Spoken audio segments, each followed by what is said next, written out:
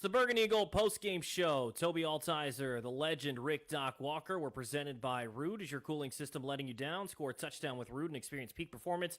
Dominate the season with unmatched cooling power and visit ruud.com. If it ain't Ruud, it ain't right. Washington's really fun, miraculous season ends in the NFC Championship game. Doc, this is the only time I'm saying this score tonight. The Eagles win 55-23. You know, we're going to have plenty of time to reflect on this fun season and all that they were able to accomplish and how good Jaden was and all those things. But I think right now we got to take a look at this game. I'll let you have the first crack at it. What'd you make of this performance in Philly today? Oh, it's not complicated. I mean, you're not good enough to turn the ball over, give your opponent field possessions, and act as if you're an elite team when you're not yet. And you knew that coming in, and it's amazing that it happened. But good teams force you to do things you're uncomfortable with. That's why they're there. And you were there, but you were there with strict requirements as to how you win. You're not good enough to get outside of that. And you decided to play undisciplined ball, and you got your head cut off. Yeah, I mean, I think it's pretty plain and simple. I was in with Grant on Friday out at Caddy's on Cordell. Heck of a turnout, Doc. I mean, this is the first time in my life I get to see the Burgundy and Gold faithful like they were, like they were back in the good old days, right? So seeing so many people out there, it's really cool. But I mean, it's tough when you go into a game, and Jason Kelsey had a statement going around from his time on WIP saying that they're the more talented football team at every position. And really the only gripe I have there is quarterback. I think they are the more talented team overall. And both the teams coming into the game had played relatively clean football. Both teams had a 6-0 turnover margin. And when you go into a game and you're the less talented team and you don't play your best game and the other team is on theirs, that's kind of what happened today, and you see what happens. It's an ugly score. I think, obviously you have a large margin of victory for Philadelphia. I think the game was much closer than that in a lot of ways. Like, there were missed opportunities here and there that suddenly this team could have been right there and potentially been in it at the end, but too many missed opportunities, too many mistakes, not clean football, and Philadelphia took care of business. Yeah, you don't get these opportunities often. It's rare. They earned it. Everything they did it on their own merits. But to see them violate those rules, I mean, you catch a ball in this game, people punch balls out now. You're lucky you make a good catch. You're not going to score. You got to be thinking to yourself, what the worst thing could happen? Eagles punch the balls out. All good defensive teams should be punching the balls out. They strive on getting turnovers. That's just a brain fart. I mean, what are you doing? Them 2 yards you're going to get, it's not worth it. You turn it over.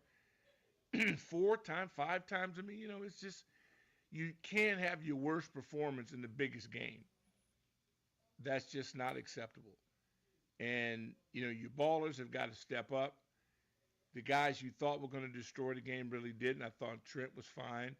O-line, he had enough time. You just didn't make the plays when you needed to do it, and give Philadelphia credit for doing what's needed to do when you've earned home field and you're ahead of the progression in terms of your team is better, but that doesn't mean you should win. And then how you win, and to this level of it, no, that's embarrassing. Yeah, 800-636-1067. We're going to take a bunch of phone calls. Doc and I are with you till 10 o'clock. Earl Forsey going to take you up until midnight as we react to this one, and then we'll keep an eye on the AFC Championship game as well, just getting underway. KC and Buffalo going to take on Philadelphia in the Super Bowl. KC just punching one in to go up early in that one. But I think, you look at this game going into it, they're a really talented football team, the Philadelphia Eagles are, and there were certain things that we said, I think sometimes, Doc, we live in a fantasy world of the fantasy footballs and playing video games and these things. You know better than I do. You can say that you're going to sell out to stop Saquon Barkley. You can say that you're going to do all these things. And even if you game plan to do those things, it doesn't mean you're going to be successful doing it. You don't think they knew that Saquon Barkley was going to get the ball? And first play of the game, Saquon takes it to the house. That was kind of a bad omen for what was to come the rest of the game defensively.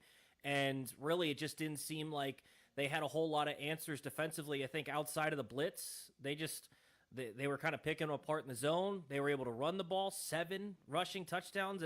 It's tough to win when you're giving up those amounts of points, even though they were right there for parts of this game. Is Washington going to be able to put up 56 to win this one? Probably not. Well, Saquon, and we had guys that at the point of attack, and they didn't make the play. He was better on that play. He's usually better for most of the game. Yeah. And that's why he's a gold jacket candidate. And if you don't have other gold jacket candidates going against him, you're probably not going to win those battles. But then that didn't make it the worst. He's not the reason. You let his friends get in it too. You let the quarterback gain confidence. Here's a guy came in talking about a knee injury. What injury? So you let him get his confidence. And the most important thing was that Brown had been suppressed.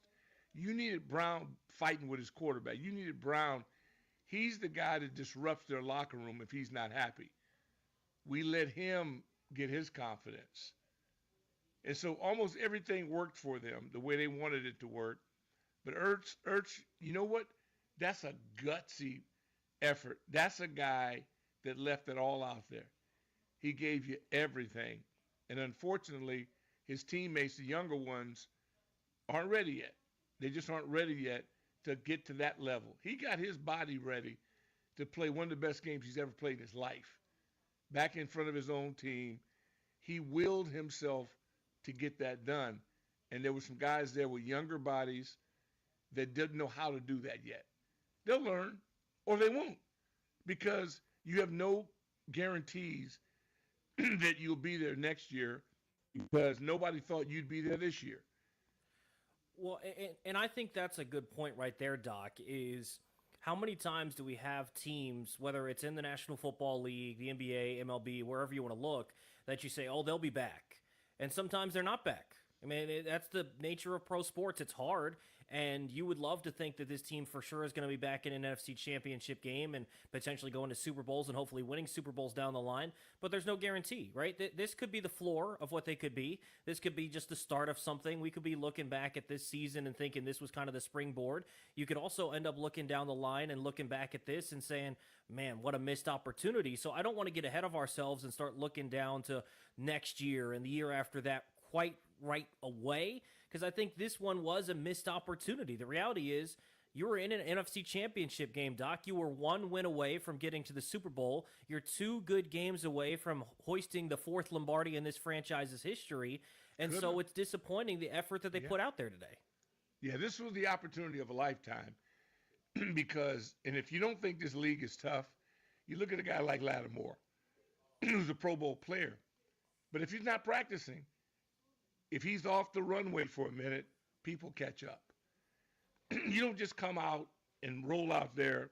That shows you how good this league is. He'll catch up. Stan was still, we'll be fine because I think in many ways this will help them in the offseason. Had they lost by a last-second field goal, they may have started to smell themselves over the offseason. Now, this is a humiliation. This is kind of like people saying 50 to the defensive side of it. Everything that was said and talked, all the tough talk, they'll be mocked now. And now you got to live with it because nobody stole something from you. First of all, they were in Philadelphia for a reason. They had the best record. You want to host it, then you got to man up earlier. So these are things, and I believe that they will, the foundation is set to build on something. You know how they work. And I can't wait to hear post game and JD5. The good news is that nobody, I think, had a season ender in this one. So nobody's off-season prep will be delayed. Hopefully they can get him to take a month or so off. Because then he's grinding. He'll be virtually, this dude's a nut. And that's what you need. Now we need 4 or 5 more nuts on this team to really get it. And then it's O-line, D-line. What Philly has done and built That's the blueprint. That's the blueprint. I mean, Well, they and lost two offensive linemen in the game and still put up 55. I think what it is, Doc, too, is you look at this football team, and I think they were all playing to their max potential. They had kind of found what they could be. They had reached the max, and frankly, that max was good enough probably to win a Super Bowl. But the Yeah. problem is, if you don't play to your max and you don't come up and you show out when you're playing a team that has more talent, that's the kind of results you're going to get. They didn't play like they have all season long. You look at when this team was in a little bit of a rut, what was the problem? Turnovers and penalties. What was the problem today? Turnovers and penalties. It's just disappointing for this sort of performance, but it's definitely something they can learn from. I think, like you said, this is something they're going to go into the offseason, and I can tell you one dude, if not all these dudes, are going to have 55 to 23 put up on their wall somewhere, in their gym or in their personal workouts or something. They're going to listen to calls over and over because that's going to be motivation. Not only did you have a great season and you did all these great things, but you got embarrassed in the NFC Championship game as they go on to take, we'll see what happens with Philly in the Super Bowl, but regardless, it's a division rival. You had a chance at revenge. It's a rubber match thing, and you got embarrassed, plain and simple. And so, disappointing performance, but I think still a fun season, but this one's going to sting. Oh no, they'll be their network darlings. They'll be in prime time. You'll see them against Philly in the opener, maybe, or you'll see them on Sunday or Thursday. But what they've got to do is get those three players that they're missing. Yeah. And they need three guys that have an impact. They're three short in whatever area you want to have them as the offensive line, rush in, or corner. But you got to get through the three short because they didn't have enough oomph to get them over the hump. The Philly D line didn't kill them. That didn't kill them. But it was clear that they couldn't block. They couldn't tackle Saquon. And so when Philly has an offensive line, they got Pro Bowlers that are hobbling. They're on the second or third center, and you couldn't exploit it. But that's what the offseason, at least we're not sitting here worried about who we're going to draft. You're not in a survival pool. You got a chance to be among the elite, but you're going to have to earn it because now you don't sneak up on anybody. People are game planning for you. You're a target now. So it's another pressure when this year, hey, we got Washington week 12. Nobody even cared about it. Now, 5, 17, Diami, there were guys that stood up and made a name for themselves. Now, how hard are they going to work this offseason to start thinking about can they become Pro Bowl kind of guys? You need intense competition within your own team to make the team better. You got guys fighting. B-Rob, he didn't come off the game he came off a week ago.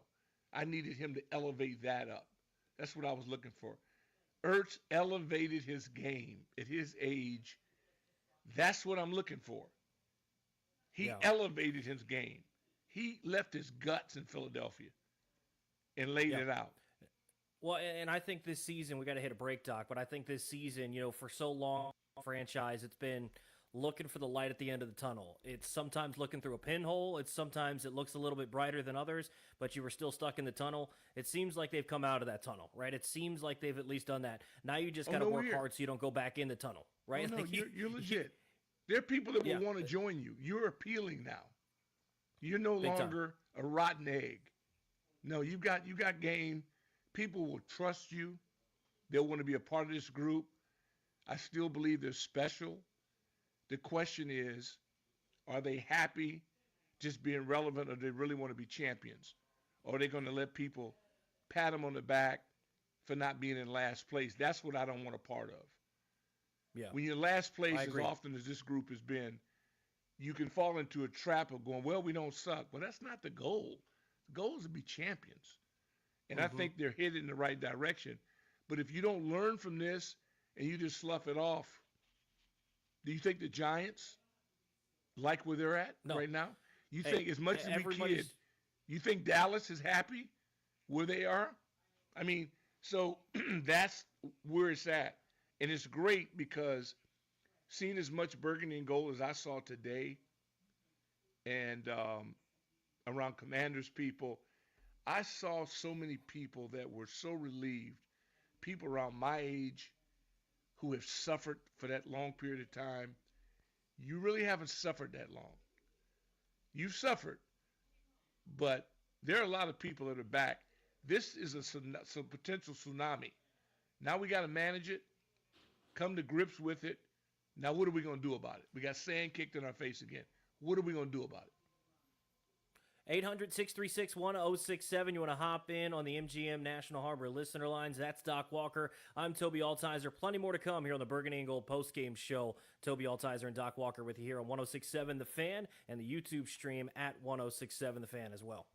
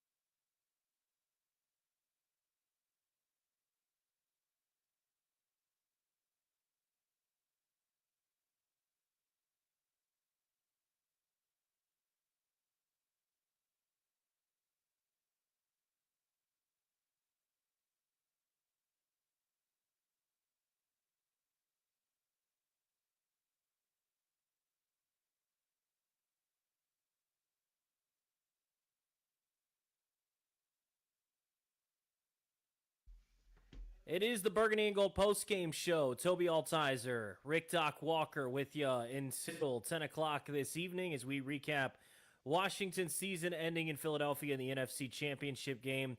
800-636-1067. You want to hop in on the MGM National Harbor listener lines. We got full phone lines. We'll get to you in just a second. But, Doc, I'm one of those people that when I get frustrated or disappointed or any of those sorts of emotions, I just turn silent. So I chose the wrong industry to try to cope with my emotions for today. So I'm going to need you to help me through some of this therapy because this one hurts. This one hurts. Pain is not a bad thing. It shows you care, and the pain you have is out of your control because they didn't snatch it from us. We gave it to them. And they were good enough, maybe that they didn't need it, but we'll never know now. What disappoints me is that we'll never know now. I thought we were capable of going in there and winning the game on our own accord, dictating tempo, making plays. Now we'll never know. So I say hail to the victor. They did what they were supposed to do. And then we'll see. But they're a team with their development. If they don't win at all, they failed. That's where they are now. They're trying to top it off. And so, we'll see what happens. We'll see if it's Kansas City or Buffalo. People are saying now, who can mock us? If you're the fourth best team in the world, when you were usually the fourth best team in your division? But I say don't even go that way. The pain is good. I want you should feel like crap, because then maybe you won't let this seepage come in again. If you blow this off and go, well, look how well we did based on last year, that's unacceptable to me. This is a disappointment. Or, hell, why'd you beat the Lions? Yeah, I'd rather have seen the Lions go. If this is what you were going to do, then you robbed me of some enjoyment of seeing. I want my championship games to go down to the last play. I feel like I got robbed. I mean, this one might have gone down to the last play of the first I'd rather drive. that you had thrown up all of yourself in Detroit. Because I got caught off guard by this one. Yeah, 100%. 800-636-1067. Let's get out to the phone lines. Let's go out to line one and Toothpick. Pick, what's going on, man? Pick, what's up? Hey, what's good? Thanks for taking my call, Doc. She said hello to you. Champion, tell her good luck. Say that again, Doc. Tell her I said good luck with the Chiefs. Say hell to the Chiefs. Okay. All right. So, Doc, listen, Tobi. It's not the fact that, we got here. We didn't finish the job, right? We didn't finish the job. They have a lot to be proud for what they accomplished this season, but the job wasn't finished. So, I know, like everybody say, the team is not going to be the same team next year. So, it's not guaranteed that you have a spot because Doc said it. We missing 3 pieces, right? And that's 3 starters that probably don't want to give up their job. But it's going to be a different team. The job wasn't finished. As I look back on it, I'm happy that we won this many games. I'm happy that, people came back and got back behind the team. I'm happy for the community. I'm happy for the players. It wasn't finished. And just like Doc say every year, it's only one team that's going to be happy at the end of the year, the one holding the trophy. That wasn't us this year. Back to the drawing board. Figure out what gets us over the hump. But that score, that total score, giving us seven on the ground. I guarantee you that defense won't be 31st in rushing next year. I can tell you that. Thanks for taking my call. Appreciate you, man. Hail to the W.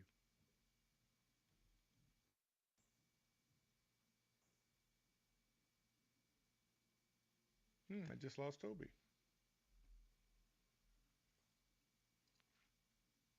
Well, Toothpick, good to hear that he's realistic about it.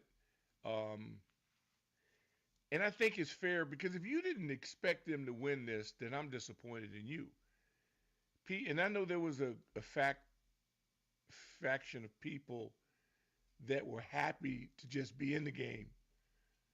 That's your prerogative. I really felt that we could win the game. That's why I was excited about being in it, because I really thought we had that momentum. We had all the things going just right to get to New Orleans, because that's where I thought we were going.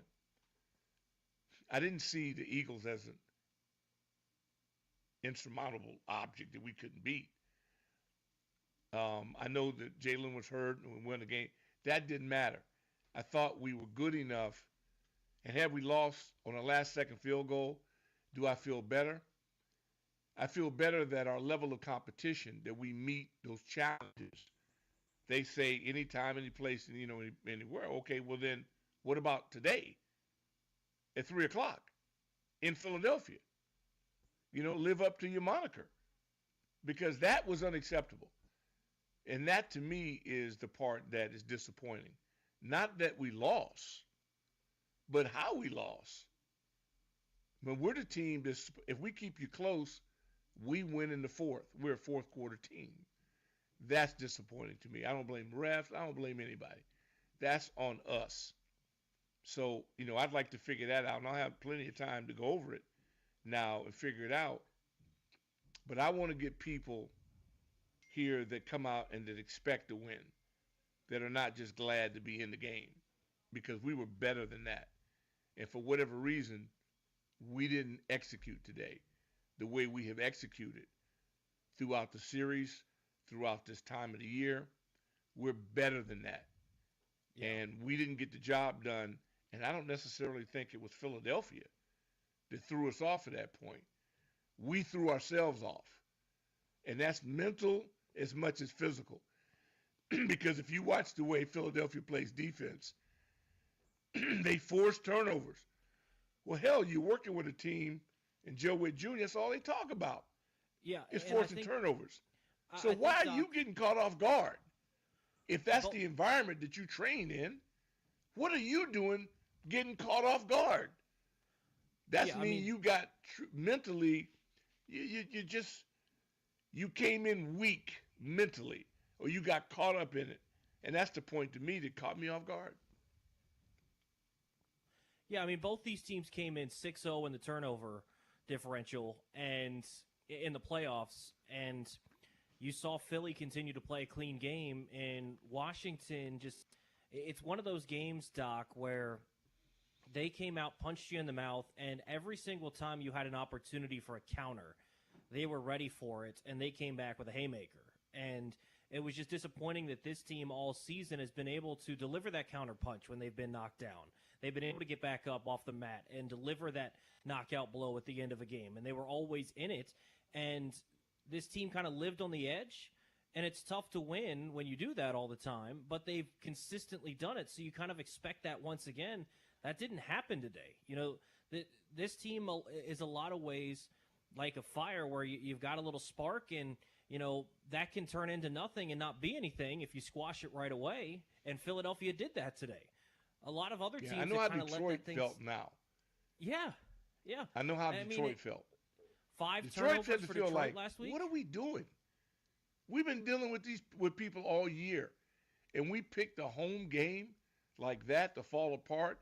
We beat Detroit because we took the ball from them. We turned it. We took possessions away, and then when we got it down, we scored. We kept the pressure, our foot on their neck, and we kept it going. So that's what we're not overpowered. We weren't overmatched. We just failed to make the plays when we needed to. Credit the opponent all the way. We know Philly's loaded. Anybody that know Philly's loaded, you've been in a coma the past 2 or 3 years. Yeah. And I think, Doc, they're going to bring in reinforcements for this. They're going to bring in more guys. This team, theoretically, on paper, is going to be better next season. Now, this team, I thought, maxed out what they were able to be. Are you going to have this special of a chemistry, this special of a locker room, these guys playing for one another, and all the stuff that we talk about, anybody, anywhere, anytime, all the catchphrases? Are they going to have that same sort of synergy? I don't know that they will. It's tough to replicate year to year. That's the people you pick. That's on Adam. Well, and I think you did a good job in year one. The people they pick, it's the people they pick. So all the jackasses, they don't go after jackasses. So you have an idea in the evaluation. You see a guy's film, but you got to talk to him. Is he a me guy? Is he an I guy? He won't be here. So I want to get your thoughts on this, Doc, and we'll get to more of your phone calls in just a little bit. 800-636-1067. Because I'm talking about that brotherhood and how close these guys were together. This team has played really poised, especially the second half of the year. We talk about it with Jaden all the time, but really the whole team has played really poised. They didn't play like that defensively today, Doc. And there's one dude that got added into the mix in the middle of the year, and he's a dude that's getting called for after the play fouls, just getting in the mix with A.J. Brown. He did it with Mike Evans, and I love Lattimore. I think he's a talented player. I don't think they got what they bargained for when they traded for him this year. But frankly, I mean, when you bring in a bunch of dudes that maybe you could have brought in a more talented guy, but you chose the one that was going to fit the locker room, and then you go out and get a guy like Lattimore, I don't know that he fit with what everything. Not to say that he won't next year, but there was something off with the poise, and the way that this defense played today was not very good. Well, when you get a warrior as accomplished as he is, and then his body is not in the condition that he's accustomed to working with, then you're gonna have, it's a natural disconnect. He kept trying because he's a warrior, but it's a skilled player playing on a corner. The most difficult position other than quarterback is cornerback. And he wasn't 100%, but yet he kept trying to come back and compete against elite athletes who know where they're going and he doesn't. So I credit him for being able to put himself out there and getting exposed, but he's a dog. So he wasn't going to just go out there and not fight, but he didn't have all his tools. I'd bet on him next year. I guarantee you when he gets in the kind of shape he's accustomed to being in, he'll come back and walk the dog because it's in him. He's the kind of guy I want to play with. He's ferocious, but he didn't have his wheels. And they know it. So AJ and them, everybody knew it, so they went after him, and we don't have the pass rush to support him. You show me a great corner, I'll show you he's associated with somebody that gets to the quarterback. They work in tandem, the great ones. And so as good as Prime and all them guys, the great DG, played with a lot of badasses on our defensive line. Ask him, he'll tell you. And who's the defensive lineman's cornerback's best friend? A werewolf, rushing the quarterback. As we get better on defense, I want Lattimore. He's a dog. So you're gonna get a guy that maybe have a little better technique, but he's a flake. I want him. He got something to prove. You think he's that? Check his blood pressure right now. He's boiling. He's boiling. That's the kind of guy I want. And listen, you think AP and them, now we're going to question him? Adam is the piper. They have gotten rid of the garbage and brought in people they want to work with. So I'm not questioning anything he does because I like the way they build a team. Now, what if Lattimore had told you, I can't go, coach, I'm not ready? That's what a lot of guys do. They won't expose themselves. They don't want to get the bad pub. So they just tell you the ham's not ready. Nobody would have said a word. This brother said, let's go. Let's go. So I'm with him. Yeah, I think it was disappointing seeing some of the mental mistakes, some of the after the play fouls, and it's not all Lattimore. I'm not saying it is all Lattimore, but some of the extra stuff. But that's frustration. Regardless. That's frustration. Yeah. That's frustration. 800 Yeah. 800-636-1067. You want to hop in on the Burgundy and Gold post-game show. I think we all need a little bit of therapy after that one. Feel free to chime in on the MGM National Harbor listener lines. We're also live on YouTube on 1067 The Fans YouTube channel. You can join the chat there. More of the Burgundy and Gold post-game show with Tobi Altizer and Doc Walker next.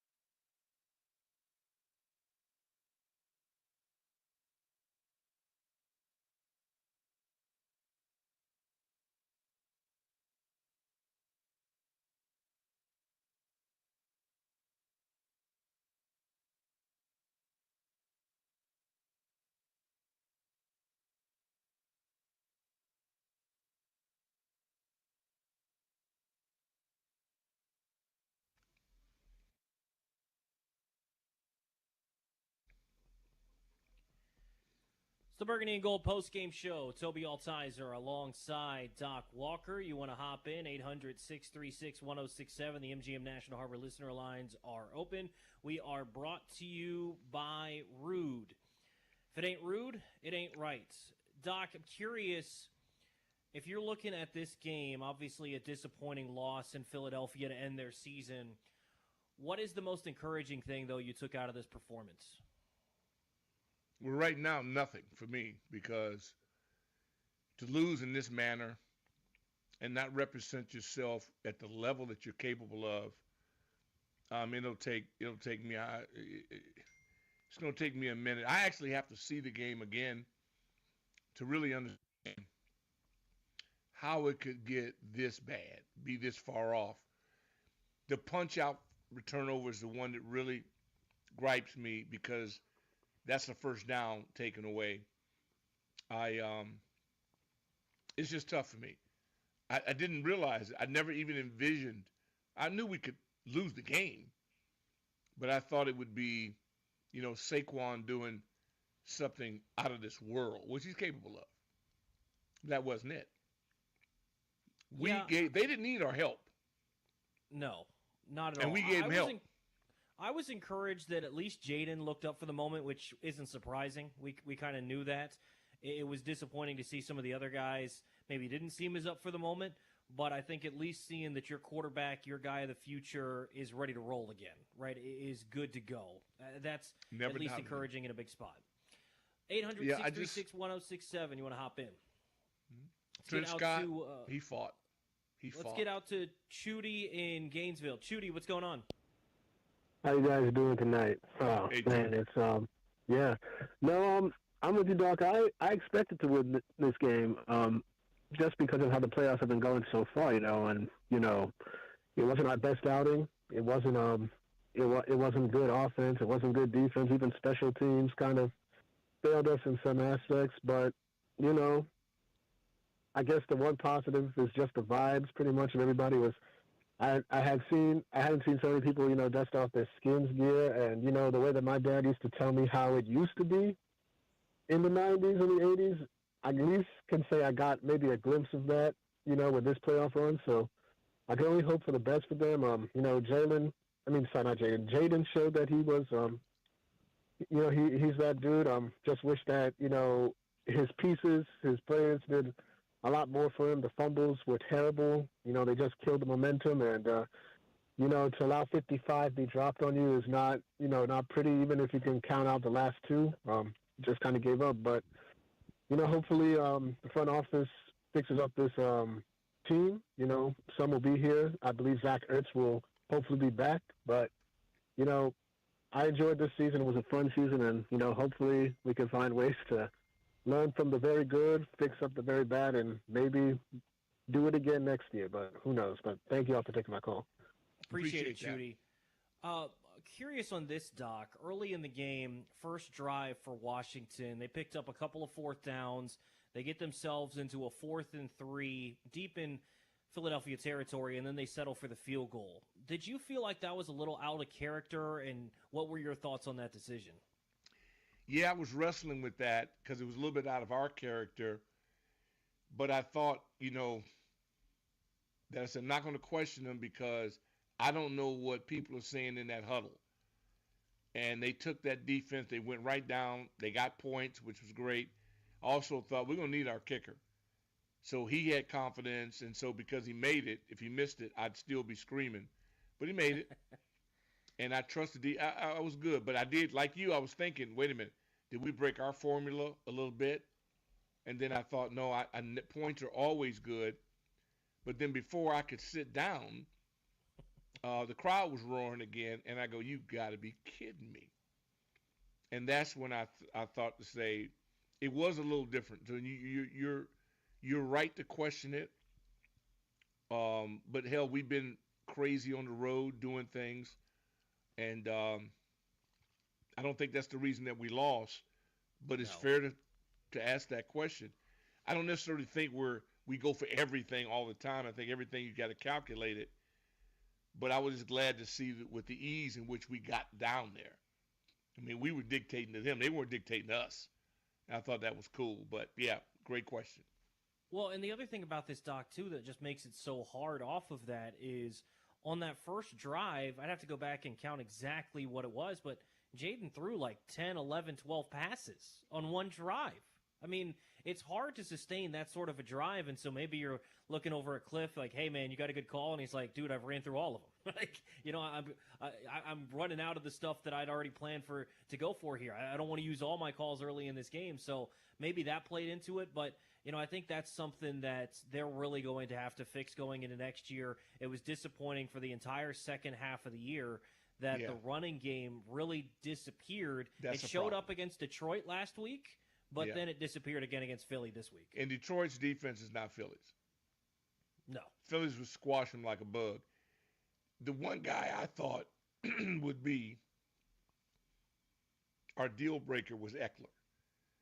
Nobody has had the solution to solve Eckler.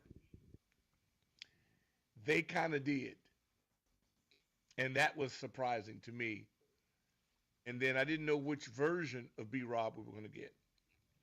The Detroit version was awesome.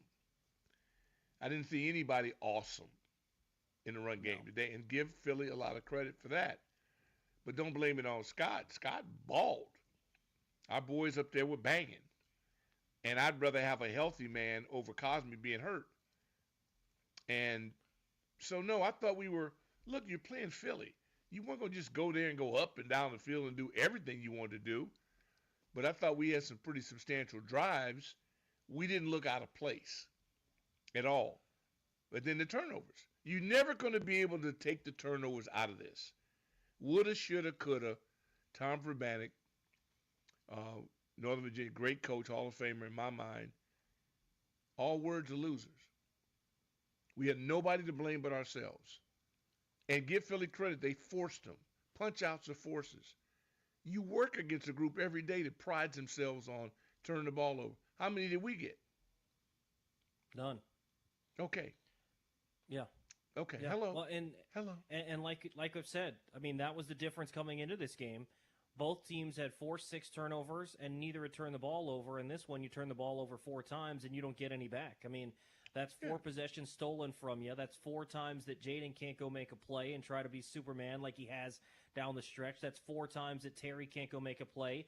I mean, heck, with how it was going today, like you pointed him out, that's 4 times that Zach Ertz can't go make a play, right? It's just you can't give those sorts of teams extra possessions, and they're going to take advantage, and they did tonight. And you wasted the difference. He had a Hall of Fame production ball game today. Wasted. And we never got scary. Look at it this way. If you have a silent Eckler and a silent Scary, how the hell are you going to win? Yeah. B-Rob was silent. So who was going to be the bell cow offensively? Diaby. Yeah. And we get guys fumbling. So overall, they can sit in that meeting room and go, well, self-inflicted wounds, or you can give Philly their credit for forcing fumbles. Things that Joe Witt Jr. talked about. Remember, he told Jalen, if you run, we're going to hit you like a back. He didn't look scared at all. No, he was not. He was not. 800-636-1067. You want to hop in on the MGM National Harbor listener lines? Let's get out to Mark in Largo on line 3. Mark, what's going on? Hey, what's going on, Tobi? What's up, Doc? Hey, Mark. Look, Doc, you said we need 3 players, man. We need 10. And I'm going to tell you why I say that. Look, the offensive line, I think everybody on the defensive side of the ball, when they get back to Commanders Park, need to line up one by one, including the defensive coordinator, and apologize to Cliff Kingsbury and Jaden Daniels for this season. Because the defense hasn't really stopped anybody unless they get turnovers. And I'm sick and tired. Deron Payne and Jonathan Allen. Look, I know Jonathan Allen was out most of the year, but Deron Payne, I'm wondering, and I look at this game today, and I look at what happened when Dan Quinn was in Dallas the last game he coached with Green Bay. It is so similar to what I see, and I ask myself this question if I'm Dan Quinn. You want to win a Super Bowl. Do you have a veteran defensive coordinator that can do that?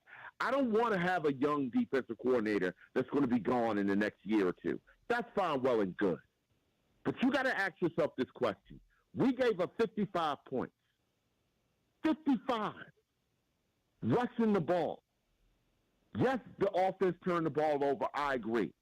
But why does everything have to be done by Jayden when our defense is not holding its own? And, Doc, this defense has not held its own all year long. Now, I love Frankie Louisville. I love Bobby Wagner. I hope they bring Jeremy Chin and Bobby Wagner back. Deron Payne, you probably can't move him. I mean, you probably could move Jonathan Allen unless you want a package deal with Payne and Allen and move those two. I love Newton and I love Sandersfield. I do agree with you on Marshawn Lattimore. Let's see what he does next year because he'll be back. But Doc, we got to build this defensive line, and we definitely got to build that offensive line. We got to get a right tackle. We got to get a left guard. And we got to get some talent so Jayden doesn't have to do everything. I mean, we're looking at a 24-year-old kid to do everything for us because our defense can't do their job. Yeah. And you got to ask yourself this question: if you're Dan Quinn, am I holding up the bargain? Is my defense holding up the bargain? And if not, I need to look at me. Maybe I need to look at Quinn, at Joe Witt. Maybe. Because this wasn't what it was planned this time last year. Now you got to try to win it, because I'm going to tell you right now, if they don't fix this defense has been a joke for a long time. A long time this defense has been a joke. We've only had 3 good defensive coordinators in the last 33 years. Of course, Richard Pettibone's number 1. Number 2, you have Greg Williams. And number 3 would be Greg Brock. Sure. Hey, Mark, appreciate the phone call, man. I think he brings up some good points, Doc. I mean, the thing here that I think we have to be careful is getting frustrated at the personnel. And I understand what he's saying. I agree that they are missing some, but they also were not supposed to be in this spot, and Adam Peters darn near turned over the entire roster. You know, he did the best that he possibly could. Are they missing some spots? Are they missing some guys there? Absolutely. There's some things that they need to do. Are some guys that are getting paid top dollar, maybe not playing like they should be, like they are getting paid to? Absolutely. But I think when you look at what they did to turn over the roster, there's only so much they could do. And the fact that they were able to get to where they were, I don't want to turn it into, oh, this is such a fun ride. And like they got whooped today in Philadelphia, and they were in there with an opportunity and didn't show up.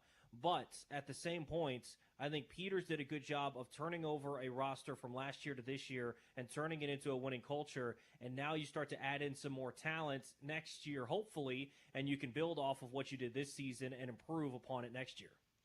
Yeah, no, Mark's a competitor. And if you call any post-game show of the home team that level of vitriol, you're going to receive that. But tomorrow, he's a football guy. He'll get it. You walked on water with this group this year. This defense played way over their head. You got more out of them than you could ever have imagined because you played with a special guy at quarterback, scored more points, kept drives alive. That's why I opened the show, and I'm not being emotional about this. You're 3 impact players away. 3 impact players away on defense. Well, I said, you're not going to get 11. You only need 3 impact. You got to get a rush in that everybody in the whole league respects and is afraid of. So they have to do things to deal with that person. It's going to cost you. You got money. Or you're going to draft somebody. And you're going to have to add somebody to help. If you get your older guys to come back, you can't ask Wags and Ertz to do what they did this year again next year. You can ask them to do half of it. What those guys gave you is a Herculean effort tonight. It was awesome. You're insane if you're asking them to do that again a whole next season. You got to give them some puppies. Maybe Cynic is that guy. Maybe they're already here. I don't know. But what I'm telling you is that you need another linebacker that runs and attacks and is a savage inside. Maybe he's already on the roster. Maybe he just hurt. I don't know. It's not my job. I'm much more bullish on the O-line. I think that if they're healthy, and we can always add another beast, but you got so much out of Coleman. I know everybody's angry tonight. Do you realize you got a rookie to play guard, to play left tackle in this league and not embarrass you? You weren't ravaged? He had a hell of a season. He didn't play guard. He played left tackle. And, you rotated him to the point that you didn't. Yeah, and you had Biotish and them guys playing nicked up and hurt, and they held in there. They did a lot of really good things. They just didn't all come together tonight. But if you had a legitimate running game and you were able to attack people from the line of scrimmage, you're not going to fix that in a talk show. But I'm not ready tonight, as angry as I am. I'm not going to trash what they did to get to this point over a bad evening against the big bad Eagles. That would be ignorant. Yeah. Agreed. And I think our guy Danny Rouillet of Grant and Danny kind of said it best. Dudes that were readily available, that anyone could have picked up, started playing like dudes that were readily available, and anybody could have picked up tonight. And frankly, that's how you end up getting whooped like they did today in Philadelphia, ending their season. It was a fun one. It was an awesome ride. It was something that none of us expected. I mean, if you would have told any of us they'd be playing in the NFC Championship game, have 12 wins, they'd beat the number 1 seed, they would love all those things. No chance. No chance any of us would have. But if they don't turn it over, I don't agree with that analogy.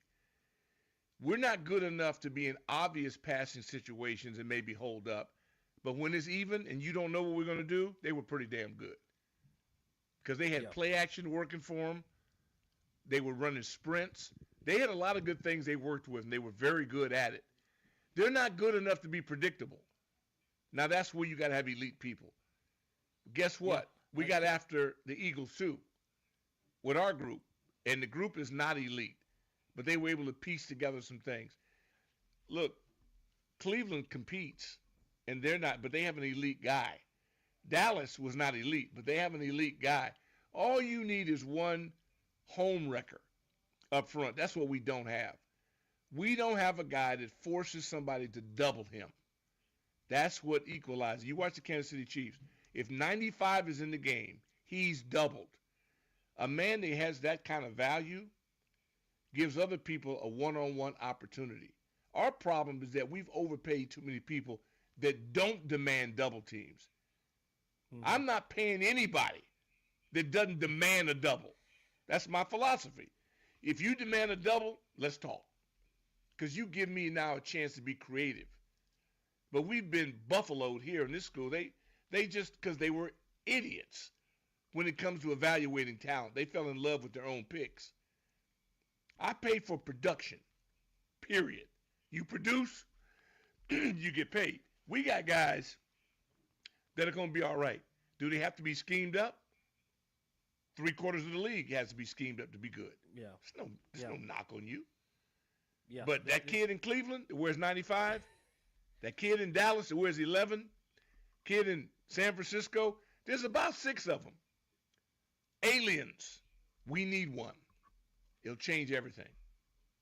You talked about being predictable. We lost the great Kobe Bryant 5 years ago today. He once said, in order to be great and unstoppable, you have to be predictable. They know what's coming. You can't stop it. You saw that today with Philadelphia. They were running it all over Washington. Got to hit a break. 800-636-1067. You want to hop in on the Burgundy and Gold post-game show. We are brought to you by Root. I'm Tobi Altizer. That is Doc Walker. Again, you can hop in. 800-636-1067. We're live right here on 1067 The Fan. Also on YouTube on 1067 The Fan's YouTube channel.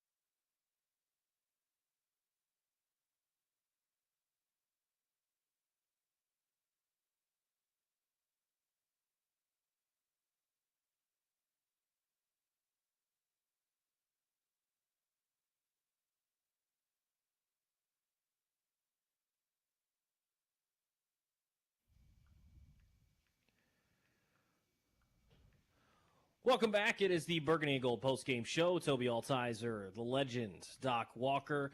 We are brought to you by Ruud. Is your cooling system letting you down? Score a touchdown with Ruud and experience peak performance. Dominate the season with unmatched cooling power and visit RUUD.com. If it ain't Ruud, it ain't right. Let's get back out to the phone lines. 800-636-1067. You want to hop in on the MGM National Harbor listener lines. Let's get out to line 4. Kane is in L.A. Kane, what's going on? Hey, y'all. Is this a safe space? This is a safe space. It We is. can just be together. Congratulations to the Philadelphia Refereagles. I mean, Refreeagles. I'm sure Sean Hackley got a Gatorade bath afterwards.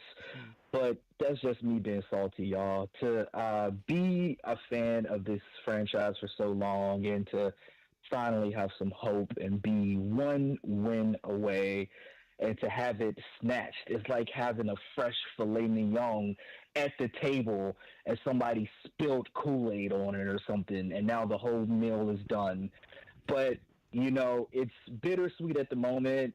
It sucks to come this far, just to come this far.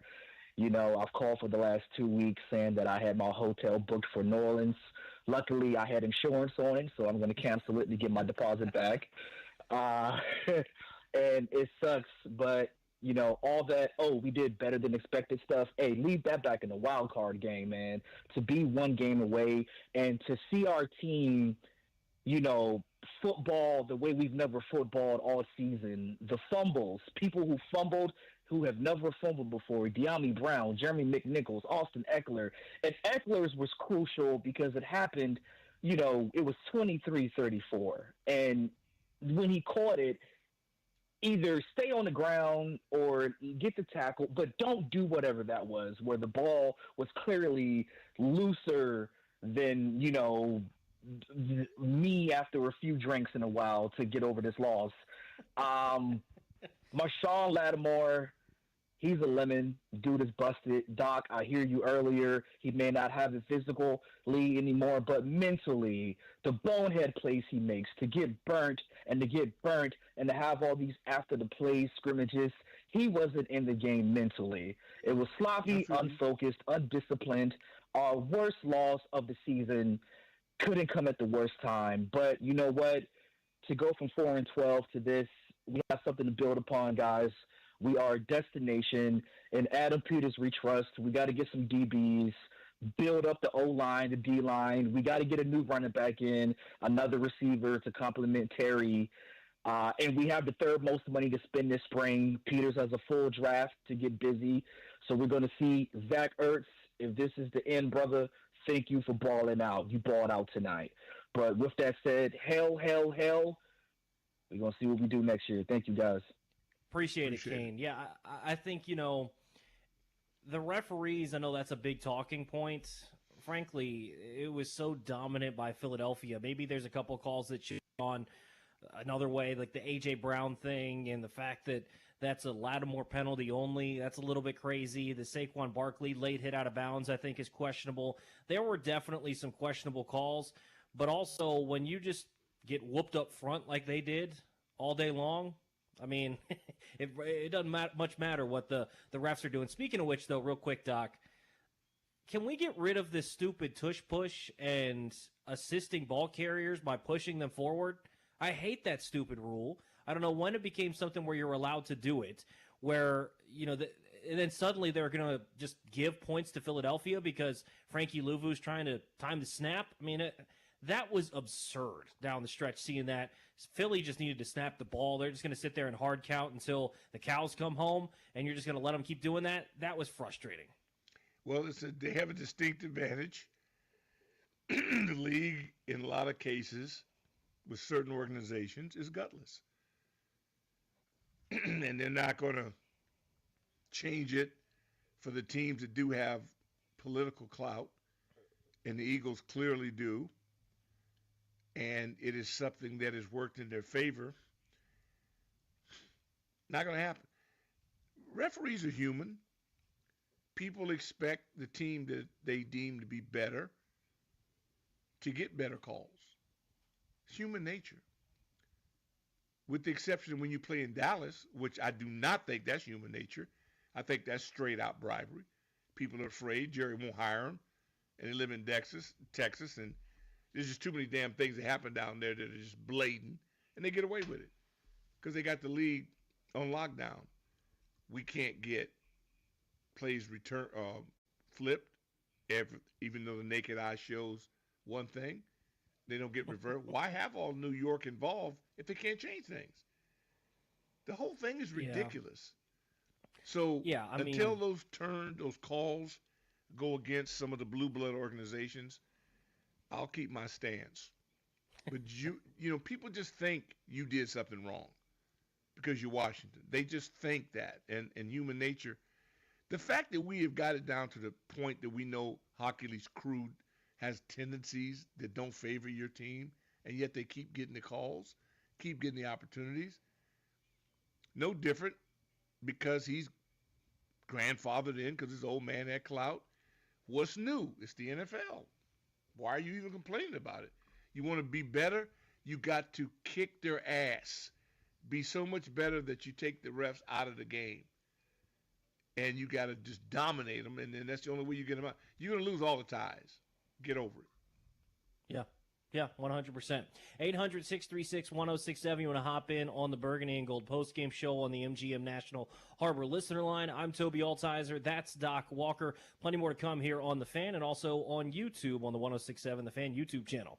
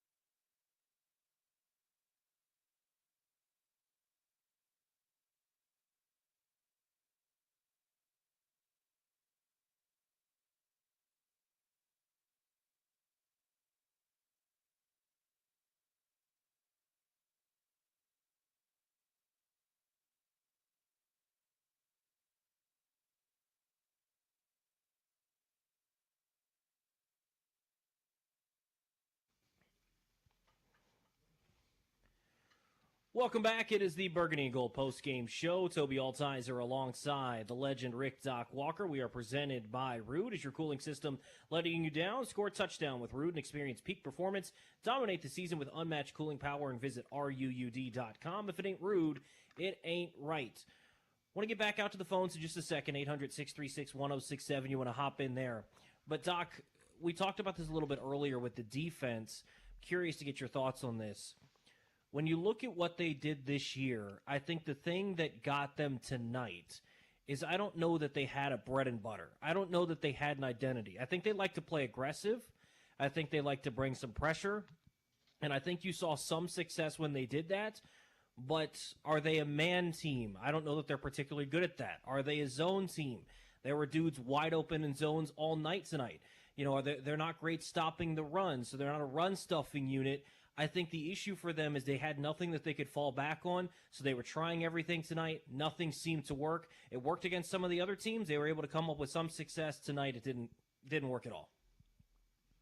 Well, they're not the Lone Ranger when it comes to trying to defend the Philadelphia Eagles. Yeah. I mean, you pick your poison. I mean, they have so many weapons and so many ways they can get at you.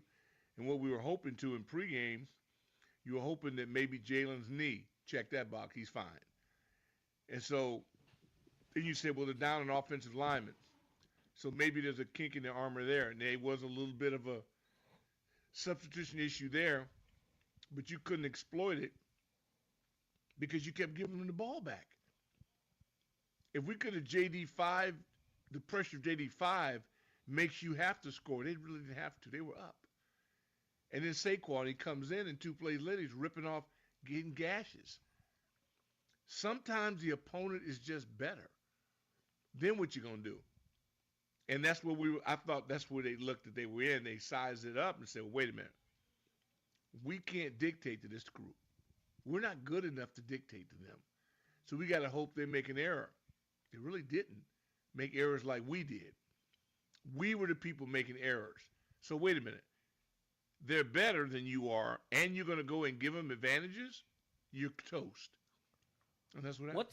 What's the post-game locker room like when you have that sort of situation where, you know, you didn't play to your best potential, but another team is just better than you, and they flat out beat you? Is it something, you know, there's obviously disappointment and frustration. I think today's loss, I've said it's the worst loss in sports, even worse than the Super Bowl, because at least we got to the Super Bowl. They don't get the New Orleans week. They don't get to be on every radio station in their hometown, their high school. You lose all of that. This is the worst loss. It sticks with you. And some guys that lose in this game never get to the Super Bowl. I think it's the worst loss in sports. Yeah. And yet we didn't play like it tonight. A comment here on the YouTube chat said, Ken Beatrice once said, games are lost, not won. And frankly, Washington lost this one, right? Like that. It's plain out and plain and simple. Yeah, I mean, they beat them. I only preface this to Jim is that Philly was the favorite. Philly has the better team, and they've proven it over the time. Let's not put us ahead of them. We were trying to dethrone them, and we left our front door open, our wallet on the kitchen table, and our door to the bedroom unlocked. So you can't cry that you were vandalized. Yeah. We played dumb football and got what we deserved. 800-636-1067. The MGM National Harbor listener lines are open. Let's go to line 5 and talk to Mike in Burke. Mike, what's going on? Hey, nothing. How you guys? Can you hear me? A little bit disappointed, Mike. Well, yeah. But you can hear me, right? I got you, Mike. Yep. Okay. Hey, Doc, I can tell your disappointment. I got to watch. I'm a little bit older than you even, sir. And that's all impossible. 3 Super Bowls. And you know what? I don't like this any better than you do. And this team brought me so much happiness this year. And we're going to be back next year. But you know what? As much as I hate to say it, the Eagles were better. And what? That's documented. That's not a surprise. No, not at all. Yeah. I mean, Mike, it appreciate didn't- the phone call. Appreciate it, man. Yeah, I mean, and that's the tough part, right, Doc? I mean, they were the better team coming in. They played better. They played cleaner football. You know, this was going to be a struggle, frankly, Doc. If both teams played their A game, this was going to be a struggle for Washington to win if they were just playing their best football and Philadelphia showed up playing their best football. You get this sort of result when Washington does not play anywhere close to what they've been playing like the last couple of weeks and at their peak, and Philadelphia comes out and runs the football all over you. It's a disappointing performance because in a lot of ways it was uncharacteristic of this group, where we come accustomed to taking care of the football, and they'd had spells where they didn't take care of the football and they were undisciplined and had penalties. But in the playoffs, they had looked like the team that was more experienced. You saw in the Buccaneers game, different instances where they were the team that wasn't making the late game mistakes and Tampa was. You saw that happen with Detroit. And then, unfortunately, it flipped on its head against Philadelphia today. Yeah, I mean, it's tough after the game. It's tough. But Philadelphia was the favorite. We weren't at Northwest. We were in South Philadelphia for a reason. And so what was the excuse the first time? We were in Philly. Okay? We went there, played well for 3 quarters, and they blew us up in the fourth. Sent us out of there. We come here, and you know what happened? Here we come back. We knocked the guy out. We didn't knock him out tonight. Yeah. And they win. That's a good formula. Didn't get to him enough. You want to beat him? Get him out of the game. Didn't do it. They've got the better roster. They've got the experience.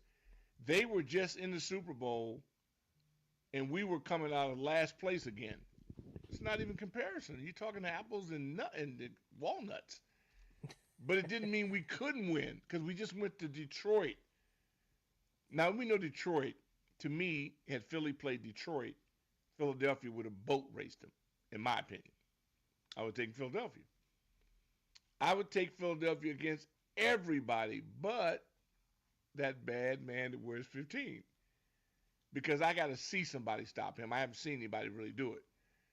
But if anybody's capable, and that's if Philly's O-line is intact, those are major injuries. They beat us with their backup center back. You're not going to beat somebody really good up front with 2 backups and protecting a quarterback that had a knee brace on. That dog is not going to hunt against some badasses. 800-636-1067. You want to hop in on the Burgundy and Gold postgame show. Tobi Altizer with Doc Walker. Let's get out to line 6. Rob is in D.C. Rob, what's going on? Hey, what's up, man? I'm going to be real quick, give you my assessment and everything. Now, moving forward, this team is, expected to win now, so all that 4-13, 5-12, all that is over with from here on out. So for Jalen, with this rookie window we have on this contract, rookie contract, Doc, for me, I'm going to get 95 out of Cleveland, and whatever they want, I'm going to give them because he's somebody that we need that also would turn this. I would at least make an offer. I said it on overtime. I'm making an offer for 11 or 95. I need one of those 2 guys. I don't need all this cap money. I don't need all that. I just need 2 killers to join this group the way these kids work. I don't need a whole bunch of high draft picks. I need some dogs, undrafted free agents. Let Adam and them, they'll vet them. I need the right kind of guys. I don't need guys with a big resume. I need guys that pass Adam and DQ's vetting system. Guys that are going to show up like these guys, show up early, leave late. I don't need any social media fanatics. I don't need any Huxtables. I don't need none of them kids in here that had a bathroom in their bedroom. I don't want none of them. I want dogs on this team. The way these guys work, we'll be fine. 800-636-1067. Let's get out to Billy in Annandale. Billy, what's going on? Yeah, I just want to say, Doc, we go way back from your cable show, and you've always said for years there are no moral victories, only painful losses. I can't agree with you more. We got to go feel the pain from now on. What we got to do is to trust Adam Peters that he'll find the players that make our talent level much better. I mean, God bless McKinnon, but is that the guy you really want back there returning the kicks? Come on. We got to be honest with ourselves. The same thing as the O-line. Statistically, they look good, okay, but Daniel makes them play better. All right, and on D-line, we got holes on the all over the defense, the D-line, the cornerback, linebackers. And I got to say, with Scott Wise working the thing there, we're going to do it next year. That's all I got to say, Doc. I love you, buddy. Love you back. Let me Appreciate tell you something. The phone call. We're not sneaking into anybody's stadium next year. No. Don't forget, these guys have been absolute doormats here. Ain't nobody worried about Washington. Now, you're not sneaking up on anybody. You're going to get people's A game, and you're going to be in prime time. Life, as we've known it here, being in last place damn near every season, it's over. Well, it's over. Thank goodness we got JD5 and Mariota. We've got, look, we'll get more talented players, but will they play as hard as this group? This group was really special. I hope future teams have the heart that this team did. Yeah, and I think it was cool earlier this week on G&D, they had on Coach Gibbs, and he talked about how as a coach you can feel it. I'm sure as a player you can feel that same sort of thing when there's just a cohesion that, I don't know that you can necessarily – you can try to put it together, but it's something that just happens naturally, I'm sure, over time and how the guys all mesh. And that's something that's hard to replicate year over year. They can do it to an extent. And heck, I mean, it could be something next year that the group is even better and even somehow even closer. But this year's group was really special and how close they were, how much the guys wanted to fight for one another. And I think that's what makes this one hurt, Doc, is it's not that this team didn't exceed expectations and all that. It's that this team felt special, and they still did a lot. This is going to be a team that we're all going to remember. It's going to be a fun one. We're going to talk about the 2024 Washington Commanders season a lot, just like we do with 2012 and other years that ultimately didn't end in the Super Bowl. But I think this one just hurts a little bit because it felt like they had captured something, and they weren't able to overcome it when they played so poorly today in Philadelphia. Yeah, but they set the bar high, man. They got rid of damn near everything that was over there and got so much better. They're redoing facilities. They're in the middle of construction over there, man. You got to realize how many moving pieces are going on over there. Well, the Harris group came in, took a look at the place and they went, are you serious? This is a professional environment? This is horse manure. And they went right in and threw more cash into it. The stadium was horse manure. Everything about this program stunk. And they came in and they're starting to gut it. The fact that you're in this game today, as bad as this place that eroded, you need to kiss your lucky stars with these guys. And they're not settling either.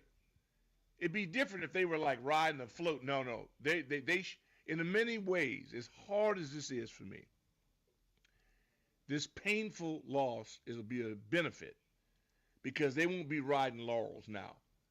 This just wiped out all the good things that happened earlier. This stinks. And so now they're going to come in and they're going to reload quicker now. They won't be smelling themselves. They're going to reload now because the stench of this ass whooping tonight, this humiliation, is going to linger. And they're going to get it out their mouth. And they'll work their way beyond it. And JD, you think he's going to settle with this? The question is he going to take a break? They're going to probably have to force him to take a break. Well, you saw in the look in his eyes as the game was ending that this isn't going to be something that he's going to let go lightly. This is something that's going to fuel him for years and years until he raises a Lombardi. This is going to be something that he is thinking about year after year because, I think that he thought of himself, he would never say it, but I think he thought he himself with his guys that they were the favorites. They were never going to go in there as the favorites according to Vegas and all the experts, but in their mind, they were the top dogs. They were the heavy hitters that DQ talked about, and that's what makes it so hard. But I think this is something where one of the callers just brought it up a couple minutes ago. Jaden Daniels is going to be on the rookie contract for 5 seasons. This is year number 1, and for them to already get to an NFC championship, that's huge. You've got 4 more years where you've got him on a cheap deal before you have to pay him those top dollar quarterback numbers. This is your chance that, you saw with Houston, right, in the offseason that they had this past year where they went and got a Stephon Diggs. They went and did this and that. I'm not saying that's what they're going to do, but this is their window. I think this is just the start. This is just the ground floor. Not saying they're going to win 13 games next year and improve off the 12-win season, but in terms of the roster, in terms of what they're going to build and put around Jaden Daniels, this is just the start, and he looks like a special player that even with the group that was put around him this year and what was supposed to be a rebuilding year, he's able to carry them alongside some really good play from the guys around him to an NFC championship game. Imagine what happens when he gets some guys around him, too, that can elevate their play to a level that the guys, frankly, here right now, they just couldn't do. The kid at Boise State, man, you get somebody like that in this backfield, you get another dog. We got a good running back room. But the more competitive it is, the better all of them will perform. It's like the wide receiver room. Look how they competed.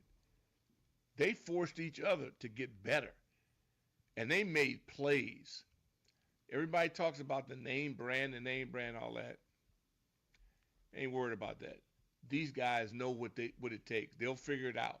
They'll get somebody in there to get it done. So, but defensively, that's where it's hard. Yeah. This league has so many phenomenal talents in space. You got to really have your stuff together to be in the secondary in the NFL. There ain't no jokes. Yeah, and I mean, you're going to have to think about the guys you're going to face in the division. I mean, you've got CeeDee Lamb twice a year still. You got Malik Neighbors and Saquon Barkley, right? I mean, these dudes, they're not going anywhere. So you're going to have to get some stuff patched up and fixed. Every year. There's 7 of them come out every year now. 7 that are ones. That are number ones that come out. The problem is they don't have number 1 offensive lines. So the quarterback didn't have enough time to get the balls to them, and the quarterbacks aren't good enough. So now I'm not wide out. I'm glad to see the running back is coming back in vogue. That's what I'm all about. We get somebody to take some pressure off JD5. We get and we got guys that are good. But nobody has stepped up and said, I'm the dude. They don't have a body of work to prove it. Up, down, flat, in, out. That dog ain't going to hunt. We need that room to be opened up and say, like today, we didn't get to see the real Eckler. Credit Philadelphia for that. Yeah, I want to talk more about that because I felt like there was maybe some untapped potential in the game plan today with Austin Eckler. We'll talk about that next. Quick look at the AFC Championship game. The Chiefs are leading the Bills at halftime, 21-16. We'll keep you up to date on that one as well. Tobi Altizer and Doc Walker with you until 10 o'clock right here on 106.7 The Fan.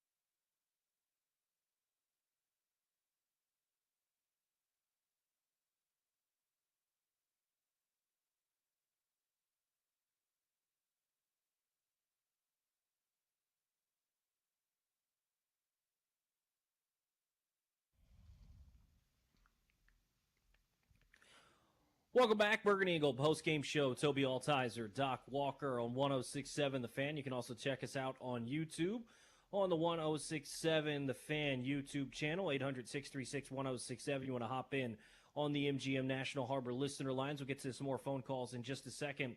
Before the break, we were talking a little bit about Austin Eckler, Doc, and I felt like they maybe could have used him a little bit more today. So not necessarily just as a runner, but out of the backfield. So in the Thursday night matchup, if you remember, that they lost in Philly in this one, 26-18. He only had 2 carries for 7 yards, but he had 8 receptions for 89 yards. He was able to create a lot out of the backfield, just check downs, making some plays.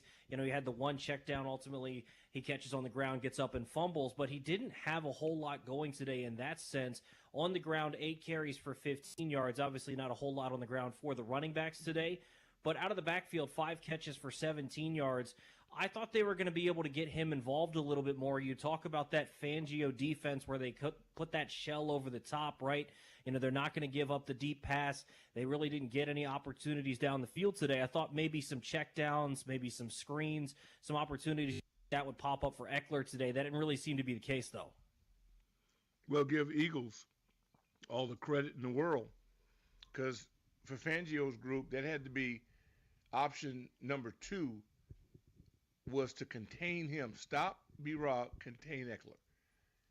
And the turnovers, I mean, they just accelerate everything. First of all, the Eagles are really good. So yeah, everything they did is what they do.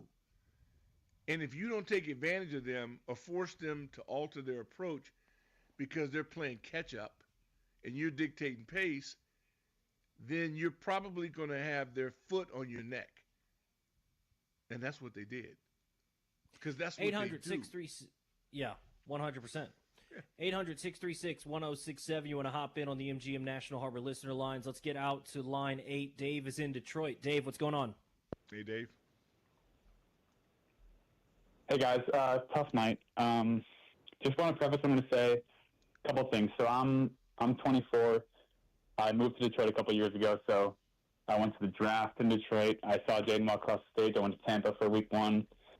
I was in Ford Field last week. I mean, this has been by far the most fun I've ever had watching football in a season this year. I mean, it's been unbelievable. But to lose like this, I mean, I wish we lost to any other team.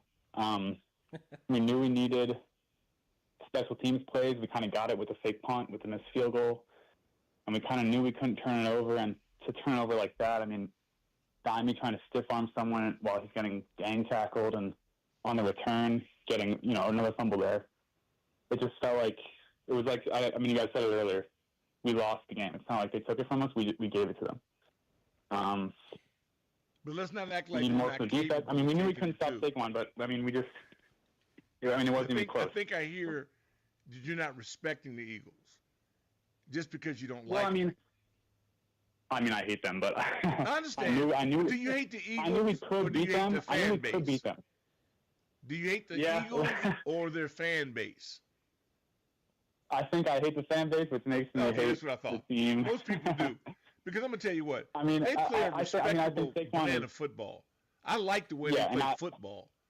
I mean, them jackasses that represent them, that's their parents' issue. But the players and the way they play, how can you not like that? The big, brutal offensive line, they crown the ball down your throat. They put you on the edge. They make you play a guessing game. They can beat you with the slant. They can beat you inside with 3 receivers. I mean, what is there not to like?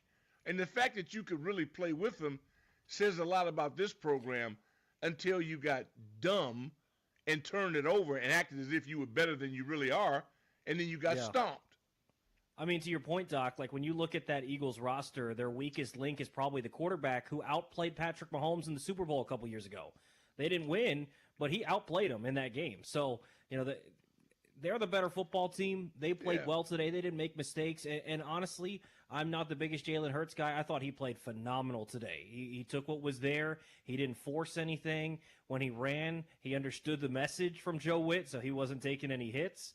I thought he played really well. Obviously, Barkley did his thing. That O-line played well, even though it was banged up. I thought Philadelphia came to play, and I think the problem was Washington did, and then they weren't ready for some of the haymakers that Philadelphia threw, or they just had too many mental mistakes, fumbles, penalties, just too many errors to be a good football team.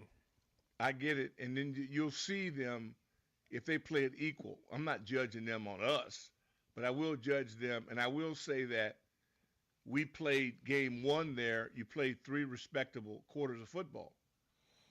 It's not like you were outclassed. You were hanging around. Then here you beat them. You knocked the guy out. People act like they knocked him out. That's part of the game. Legally, put him to sleep, and then won the game. And then they got out here and lost their mind, and then, started tripping. And it wasn't really tripping. Philadelphia, they play to take the ball away. All the things we talk about here, they do in games. And they did it. And they beat us at our own, we talk about it, they did it. So I don't know what to say. I don't have a problem honoring people when they whoop your ass. What else you gonna do?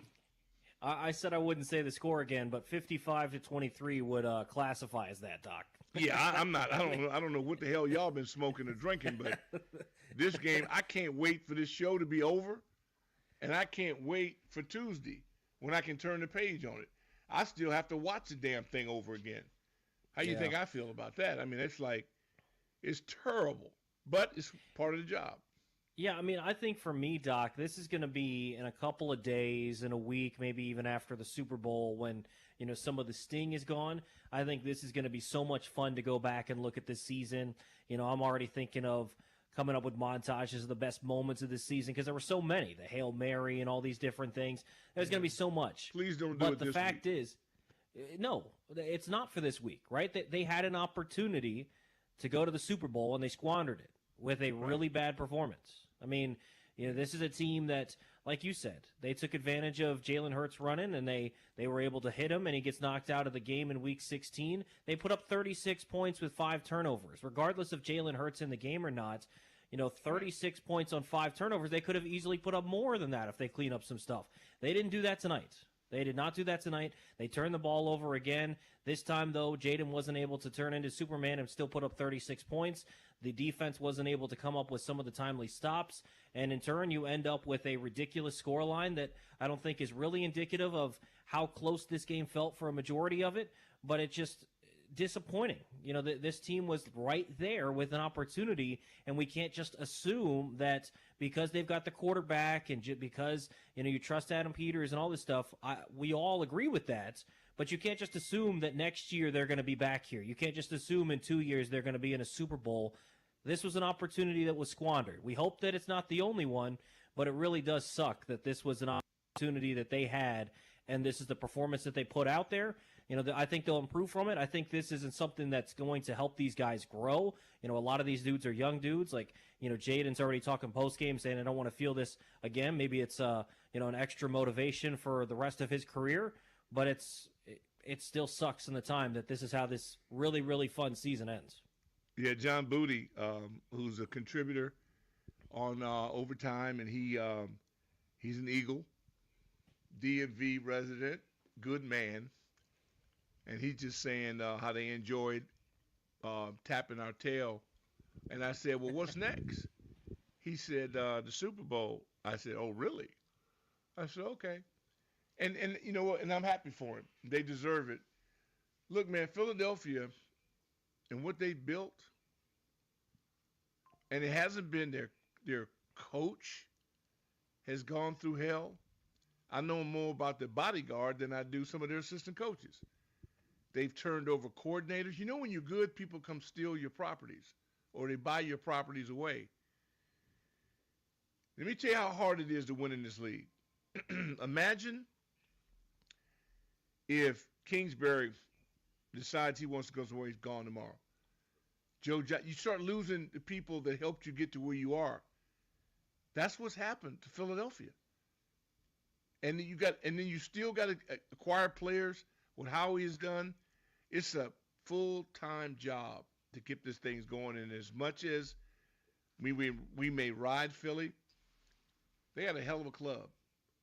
When I look at big time. their team, their left tackle, he came. I was in the park when the day he walked in, and they evaluated him, and he had to bend down to walk in the door.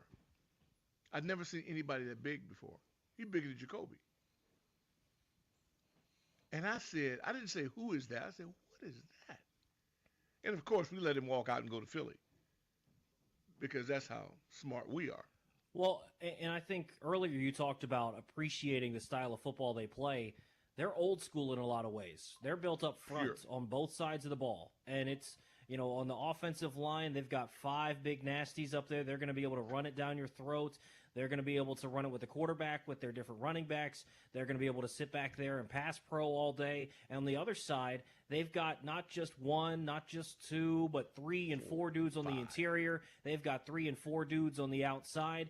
And so I think, regardless of what this team ultimately ends up being, you look at that blueprint, that's something that you want to copy if you're here. You got maybe a couple of those dudes on the offensive line. I think you feel good about center with Biotish going forward. I think you feel good about Cosme at right guard. I think you're, fine with Coleman at left tackle. He's going to be a part of the future. You figure out maybe you can upgrade at certain spots and figure out going forward. On the defensive line, like you talked about, Jalen Carter is one of those dudes that you were talking about, I feel like. One of those He's untouchable. He's one of those. He's not Aaron Donald, because no one is, but he's right below that, right? He's one of those dudes just because he's a different version. He's bigger. He's the closest. He's as disruptive as a big man. When he decides to do it, and this year he decided to do it, I think he's the most destructive human being in the game. And in 95 in Kansas City, these two dudes, what they're capable of doing is sick. And again, there's 2 or 3 of them. The Rams impress me the most. I hope we have an offseason like the Rams because they lost the best player in the world. And they went out and got 4 guys in college, and they're ferocious. They got one of those freaks in the draft. Mm-hmm. It's like a kennel. They're flying all over the place. I go, what? They did it in 1 year. So I'm just really, by Tuesday, I'll be over this. But I'm so excited about AP, DQ, this front office, hunting, combines, HBCU. They going out because they're not chasing press clippings. You don't have to be an AP All-American. That's for the people who don't know talent. They know and identify what kind of guy can be a commander. And that's a short list. And I believe they're going to find it. And we're going to be better in terms of depth. And we get a couple of playmakers. I tell you, we're 3 playmakers away from being able to go to Philadelphia a year from now and go toe-to-toe. Well, and I think, too, when you look at the defensive side of the ball, what excites me about this is they're going to improve. They're going to bring guys in, whether it's through the draft, whether it's through free agency. They're going to be doing some stuff. But I think when you look at some of the scheme stuff that they're doing, I think they were held back by some of the personnel. But I think, being aggressive and using Luvu all over the place. Imagine doing some of that with having a freak coming off the edge or from the interior able to get a pass rush. Imagine having maybe another lockdown corner that you can trust one-on-one. And, if Sandra still ends up staying outside or kicking back inside, I thought Sandra still improved as the year goes on. Imagine him in a year 2. Lattimore, like you said, you trust him going forward if he gets back to the elite level that he's playing at. Maybe you bring in another dude and you bring back Chen, you bring back Martin. We talked to Quan with JP a couple of weeks ago, and him, instead of trying to be the chess piece and moved all over the place, they said, you're just playing free safety. I think you saw him grow. So I think there's some building blocks there, and I think the style of defense, I don't know about you, Doc, but I appreciate it a lot more. I can't stand the idea that people talk about all the time in the National Football League about how defenses just can't do anything. Essentially, you just have to sit back there until they get to the 20-yard line, and then you can start playing defense. I like the fact that this defense wants to force their will. They're going to send Luvu from every single direction, and you got to figure out where he's at. They're going to try and force their hand.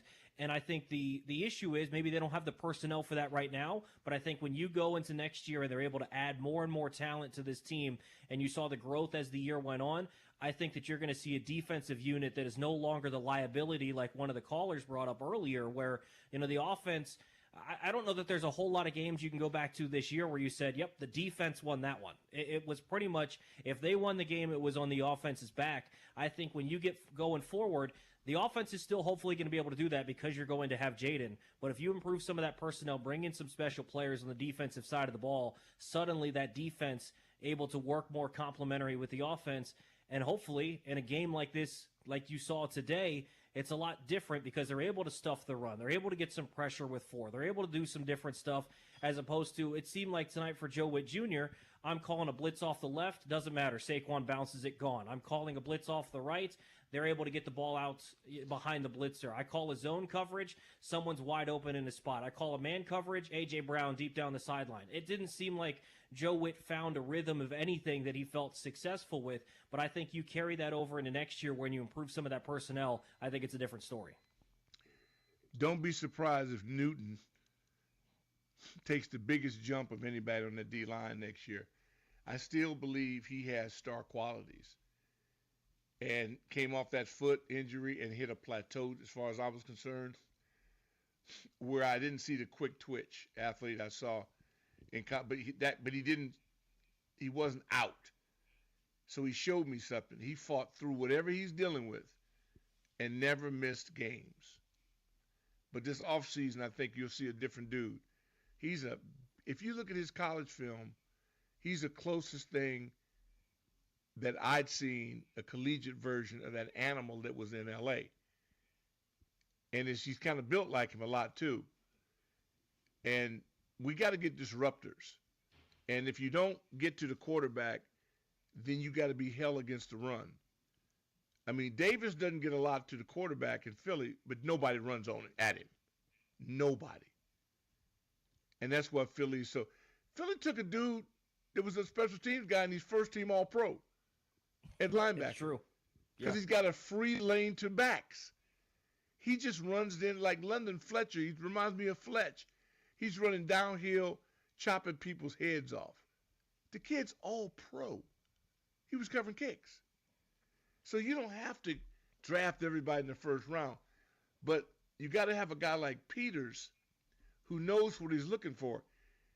I like Adams so much because of what he's done in between round 3 and 6. If you look at the Niners and the Pro Bowl talent that has been acquired,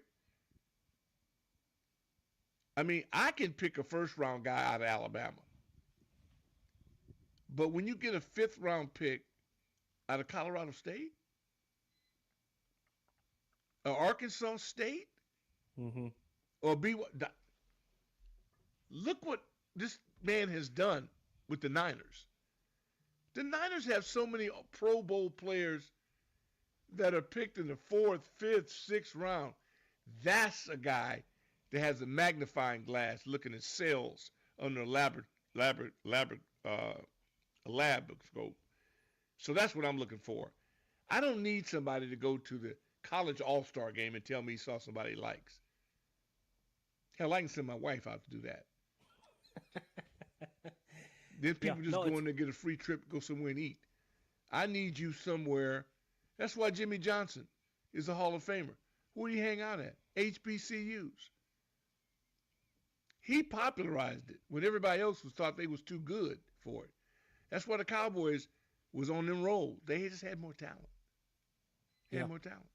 Because Jimmy got to be able to select talent.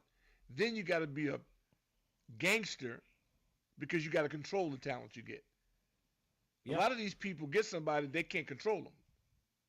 So you got to be able to control them and make sure they show up on time, do their job. That's the problem we had here with the last group. They couldn't get people to stop driving 100 miles an hour in residential areas. That's managing your team. It's not just football. It's on and off the field. You're a leader of men, but you got guys driving 100 miles an hour in the 65 mile per hour zone. That tells me you're not a leader of men. Tells me you got a lot of loose ends. Yeah, I think the most refreshing part about this season, Doc, is the football team. We talked about football. That's all we talked about. We talked stadium and stuff, but that has nothing to do with the actual football operation, right? When it came to the football team, we talked about football. Now, there was the training camp stuff with the kicker, but that was gone, and they made sure to handle that. Once they got rid of that, though, it was on to football, right, Doc? I mean, that's all we were talking about. We're breaking down schemes. We're breaking down.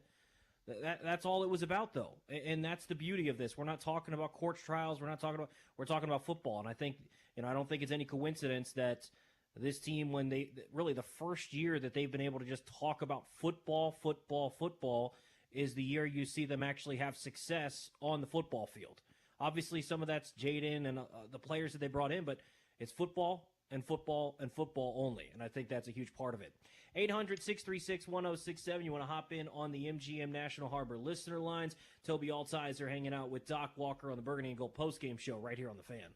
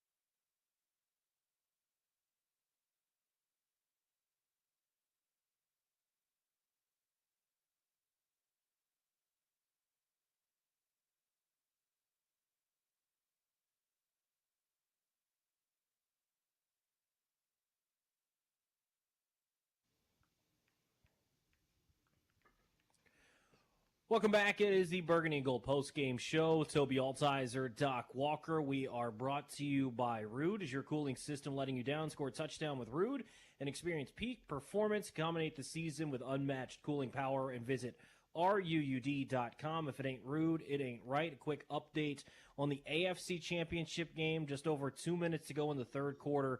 Buffalo with a 1-point lead, 22-21. Good matchup as always in that one. Let's get to a caller real quick, though, 800-636-1067 if you want to hop in on the MGM National Harbor listener lines. Let's get out to line 2 and Marcos in San Diego. Marcos, what's going on? Yes, sir. Hail to the Burgundy and Gold. We're loud and proud out here in San Diego. We had over 400 strong. We're super proud of our boys. You know, no shame in our game. And Tobi and Doc, I'm just gonna say this. I'm gonna bring back Doc to yesteryear. Doc, you remember 1981, right? Joe Gibbs' rookie year. Yep. Remember there was a late season game when we were 0-5, and then in the late in the season in December we played Dallas at home, and it was for a few marbles, not for all the marbles, but remember that game? We lost late season RFK against Dallas, 1981. Oh, yeah. Back then, I compared this game to that because you know what, Doc? Even though we were starting to flex our muscles and do good, but we weren't ready. But we were learning, and like you like to say, Doc, we need to let the puppies get a little taste, learn how to win. And now it's time to get some walruses. Now it's time to get some cyborgs, like you like to say, Doc. And then we can start rolling like you started rolling in 1982 and 1983. It's a learning process. Loud and proud, still, Doc. You know us, old dogs and veterans, old canines.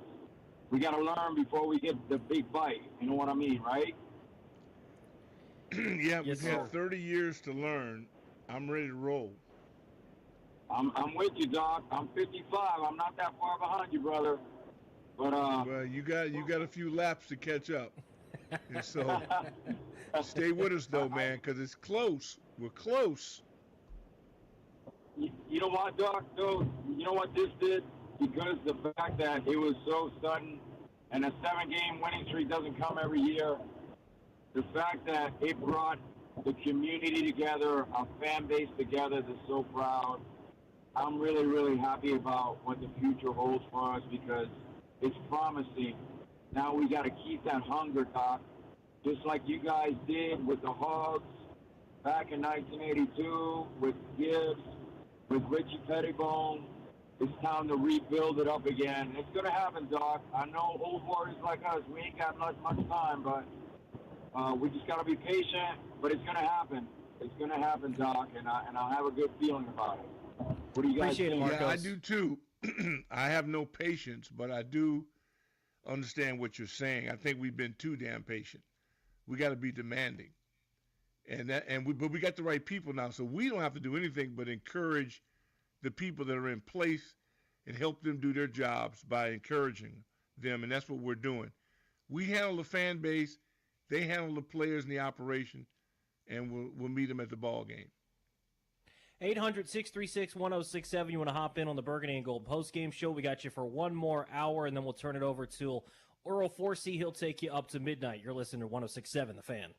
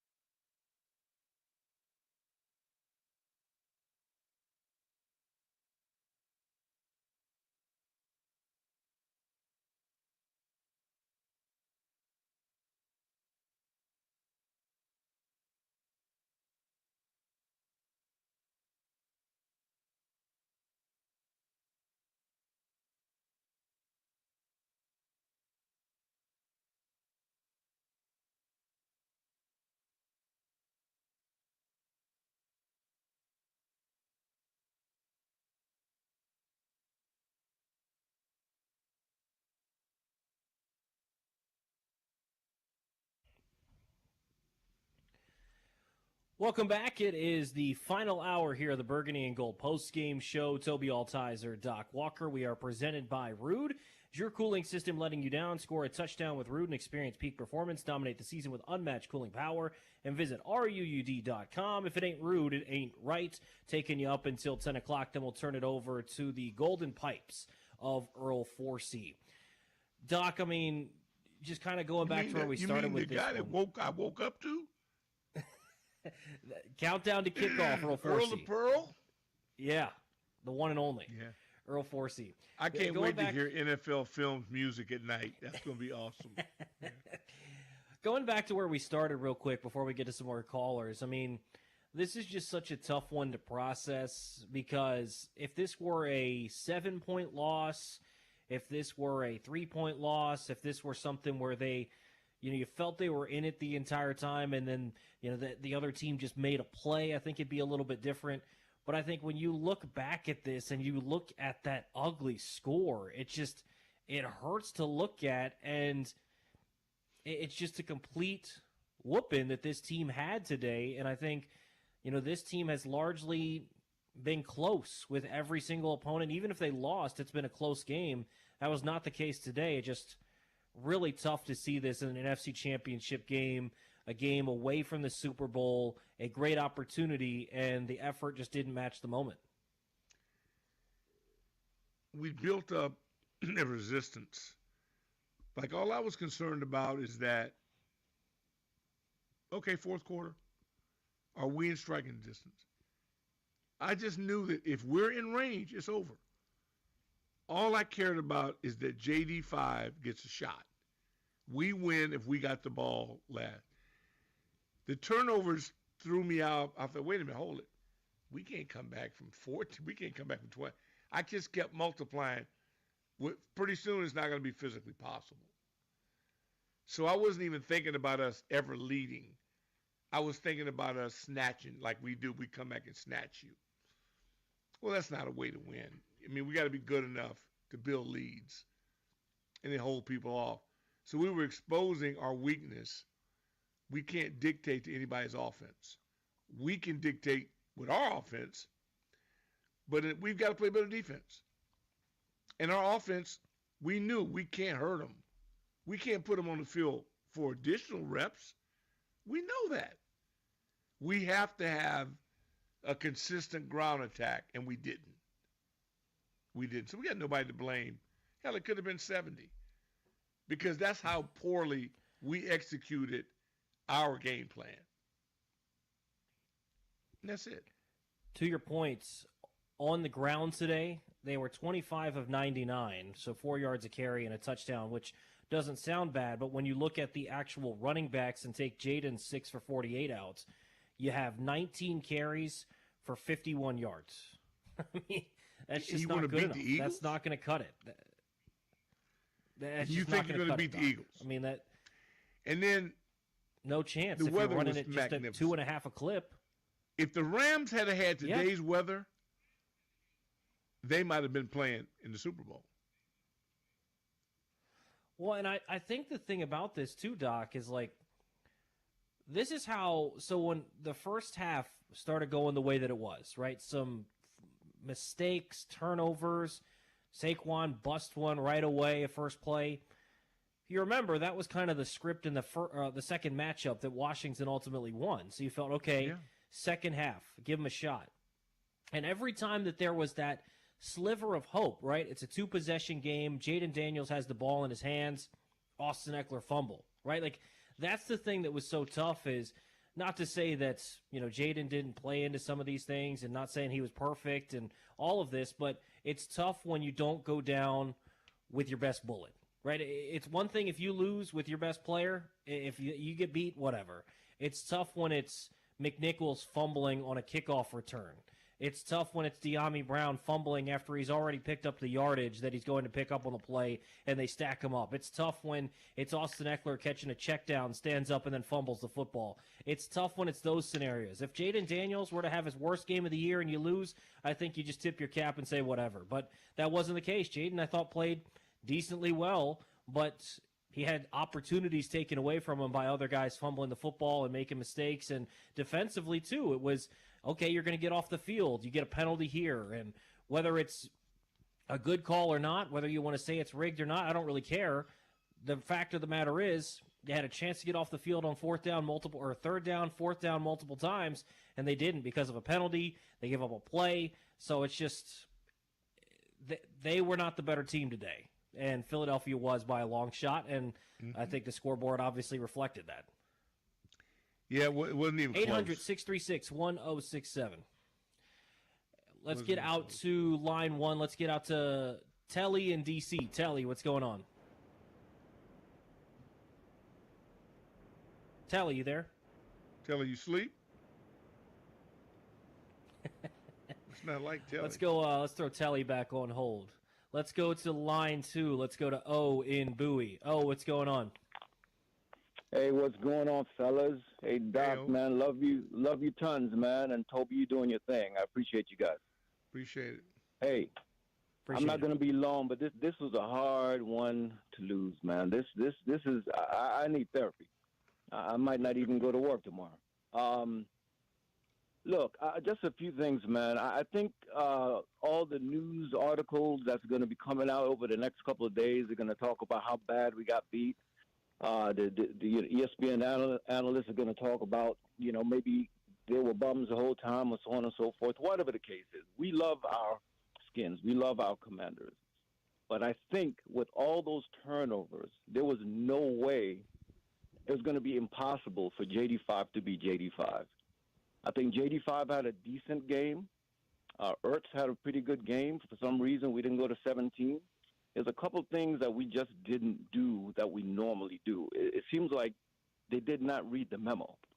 It's like they forgot the memo. Like all week we gave them love. We told them we're going to support you. The White House had the colors, burgundy and gold on bridges, and I think some of that might have gotten to their heads. It seemed like they were playing a game before they made the Super Bowl. It seemed like they didn't make the necessary plays today. They were focused on the Super Bowl, but the memo was, or should have been, guys, one play at a time. Let's do what we've always done all season to get to this point. But we were just playing careless, hitting people out of bounds and so on and so forth. The turnovers just killed us, man. And I think after today, I appreciate you guys, man. This is a therapy that I'm going to need. I might be able to sleep tonight, but we'll see. It's going to be a long off season. We got, 6-7 months before we can start talking football again. But, yeah, this was a hard one. We can always talk football. Yeah. This is a hard one, man. I love you guys. I'm going to miss you guys for these after these football games calls. But I think next year we're going to be all right. But this one is going to be a hard pill to swallow. But I love you guys, man. I'll let you guys get to the next caller. Well, if I can make a suggestion. Appreciate it. You should jump on the Caps bandwagon because the Capitals are going. Yeah. They're going, and it's physical, it's fast. It is you're if you love violence, you're depriving yourself of a great watch and a great sport that is managed well, is coached well. They play defense. They're physical. It's fast. I think you're hurting yourself a lot. Appreciate it, though. Yeah, I mean, to your point quickly about the Caps, they're fun because they're playing really well. They have lots of good players, and every single night it's the chase, right, with Ovi. Every single night. And I love, too, that everyone understands. Empty net. And come in. He swole up in the creek. I mean, I was like, we have another winner. For us, we're winning. We're highly competitive. We're well managed, well coached. So many things that we're usually not. So I'm not letting that slip by. I'm sorry. We keep talking about winning, backing teams that hardly ever freaking win. And then we got a winner. Yeah. And I think we should be beating the drum about it. Let's get out to Ed in Hyattsville. Ed, what's going on? Well, first off, that last caller, no, we only got till the draft and free agency, so it ain't that long at all. They need some offensive linemen. They need a secondary and maybe a one or two defensive linemen, and a running back that can do something with power instead of what we have. That's it. I'm out. Love Jaden Daniels there. Really good. Appreciate that. Appreciate it, Ed. I'm curious, Doc, what do you think happened? Was it B-Rob? Was it the O-line? Was it the scheme that they couldn't run the ball? Because I think if they were able to run the ball just decently effectively down the stretch, or heck, at least even just for tonight, because they won plenty of games down the stretch, 7 in a row to get to this point, if they could have just run the ball a little bit effectively, maybe we're looking at a different game. Not saying that changes everything and they suddenly win, but, I mean, everything was on Jaden tonight like it had been for most of the second half. You know when who in you the were first playing half, too, right? Absolutely. But, I mean, the other thing about this is, like, they've run the ball on good teams. They did that some in the first half of the year. Tennessee, they had success on. I don't understand. But it wasn't I don't understand, though. And your offensive line has not been healthy enough, long enough, for you to throw your weight around. We were recovering 4 games to get by game time. And look how Biotish has played hurt. You know, Alleghetti, those guys have patchworked themselves through to the point where they could no longer do it. They've had a terrific effort. But you're talking about the Eagles front. I don't know why we have such a hard time, and maybe it's because it's a rival and and their fan base is so despicable at times that people don't give them credit. They're a hell of a team. And they're hard to run. They're hard to do everything against. And you're usually trailing when you play them. So they dictate what you do. And their interior front, who's better? Who has a better interior front?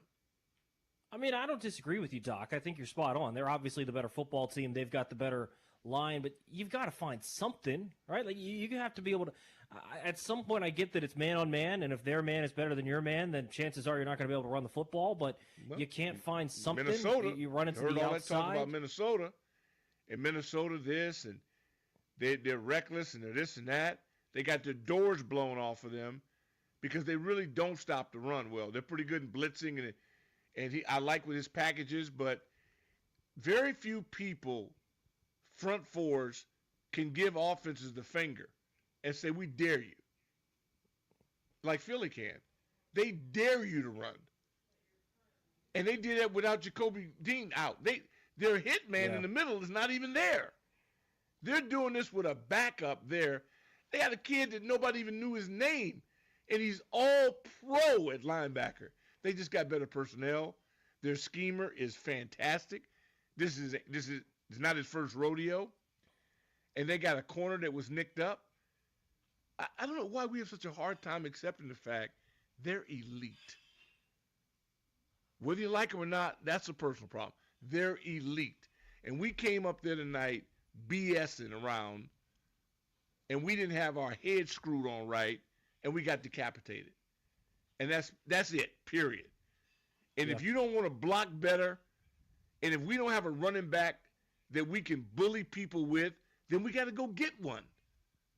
Because currently, as our roster states it right now, what we threw out there today, that dog is not going to hunt. Not enough for me, because you're not going to beat good teams.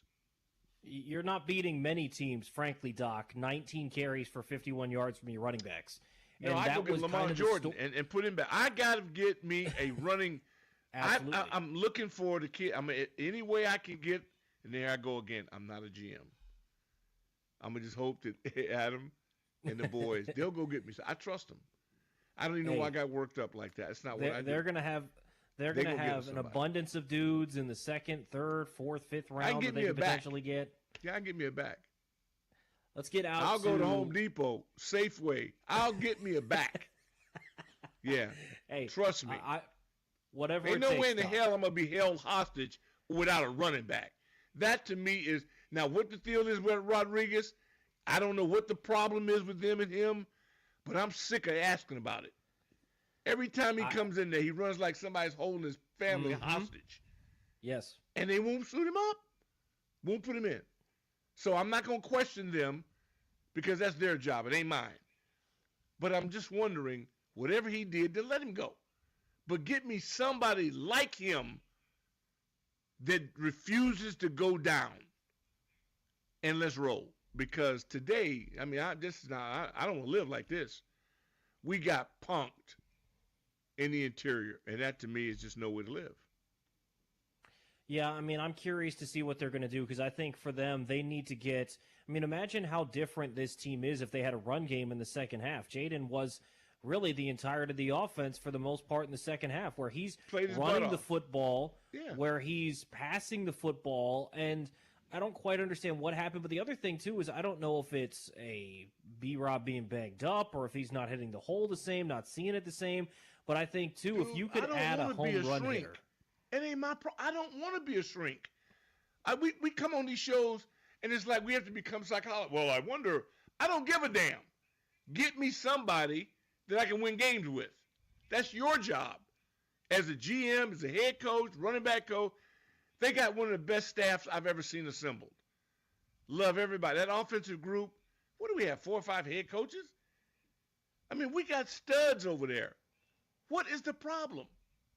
Tell you what, they banged up front.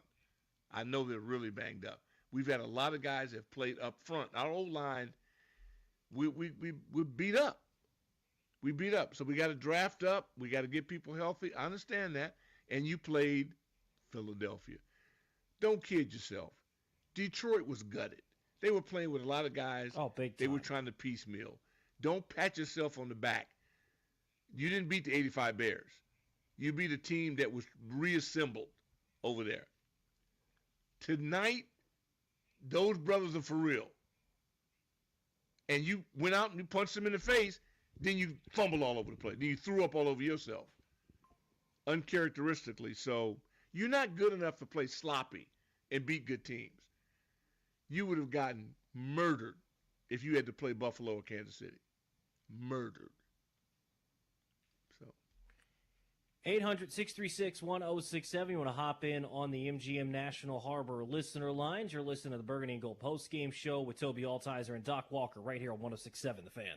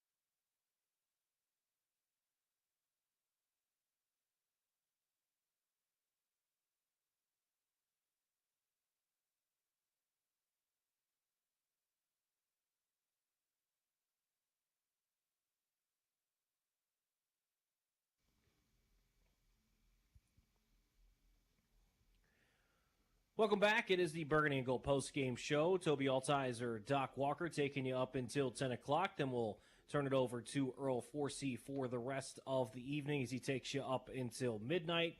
800-636-1067. You want to hop in on the MGM National Harbor listener lines, and let's hop out there now. Let's go out to line 4. Let's get out to Athen in Annapolis. What's going on?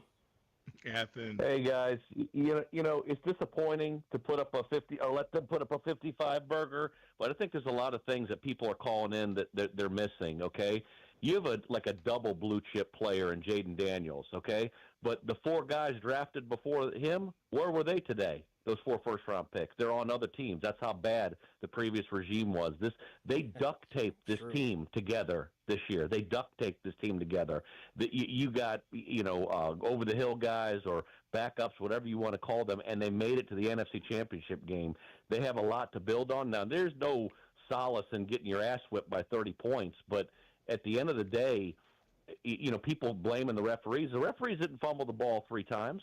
Okay, and yeah, we had our chances. We couldn't take advantage of it. We got to focus on securing the edge, getting guys who can do that in the offseason. We got to add speed because guess what? Next year we play murderer's row of a schedule, not just our own division, the AFC West with Kansas City and all those teams, and the NFC North, which all those teams. And Chicago's most likely going to be improved. So I'm proud of them. Don't like that we got our faces rubbed in the dirt today, but anybody out there thinking we lost because of officials or because of Joe Witt or anything like that, we had a team that was barely put together this year and made it to the NFC Championship game. So the sky's the limit, and I'm looking forward to the future. I just hope our friend Lowell didn't have a heart attack during the game. Yeah, well, I don't know what you're talking about with the officials deal because I've developed a real skill set as I've aged. I don't listen or react to crazy. So I haven't seen it yet and don't plan on even looking at it because that would be crazy to me. Anybody that watched that game and would credit that the game was taken from them because of officials. So I'm glad 100%. I cut that. I mean, look, Doc, I removed that sense from my brain so I don't react to that. It'd be one thing if it were like a 10-point game, a 7-point game. When you lose by 32, it ain't the officials. it ain't the officials. It didn't help in some cases, but it ain't the officials. 800-636-1067. Let's get out to... You got to turn the ball over 4 times. You can't dictate your running game on anybody. You probably have a hard time running on DeMatha or St. John. What the hell are you talking about? That's true. You're not built to go true. to the Super Bowl with that run game. And you don't stop the run worth a damn. Well, exactly right.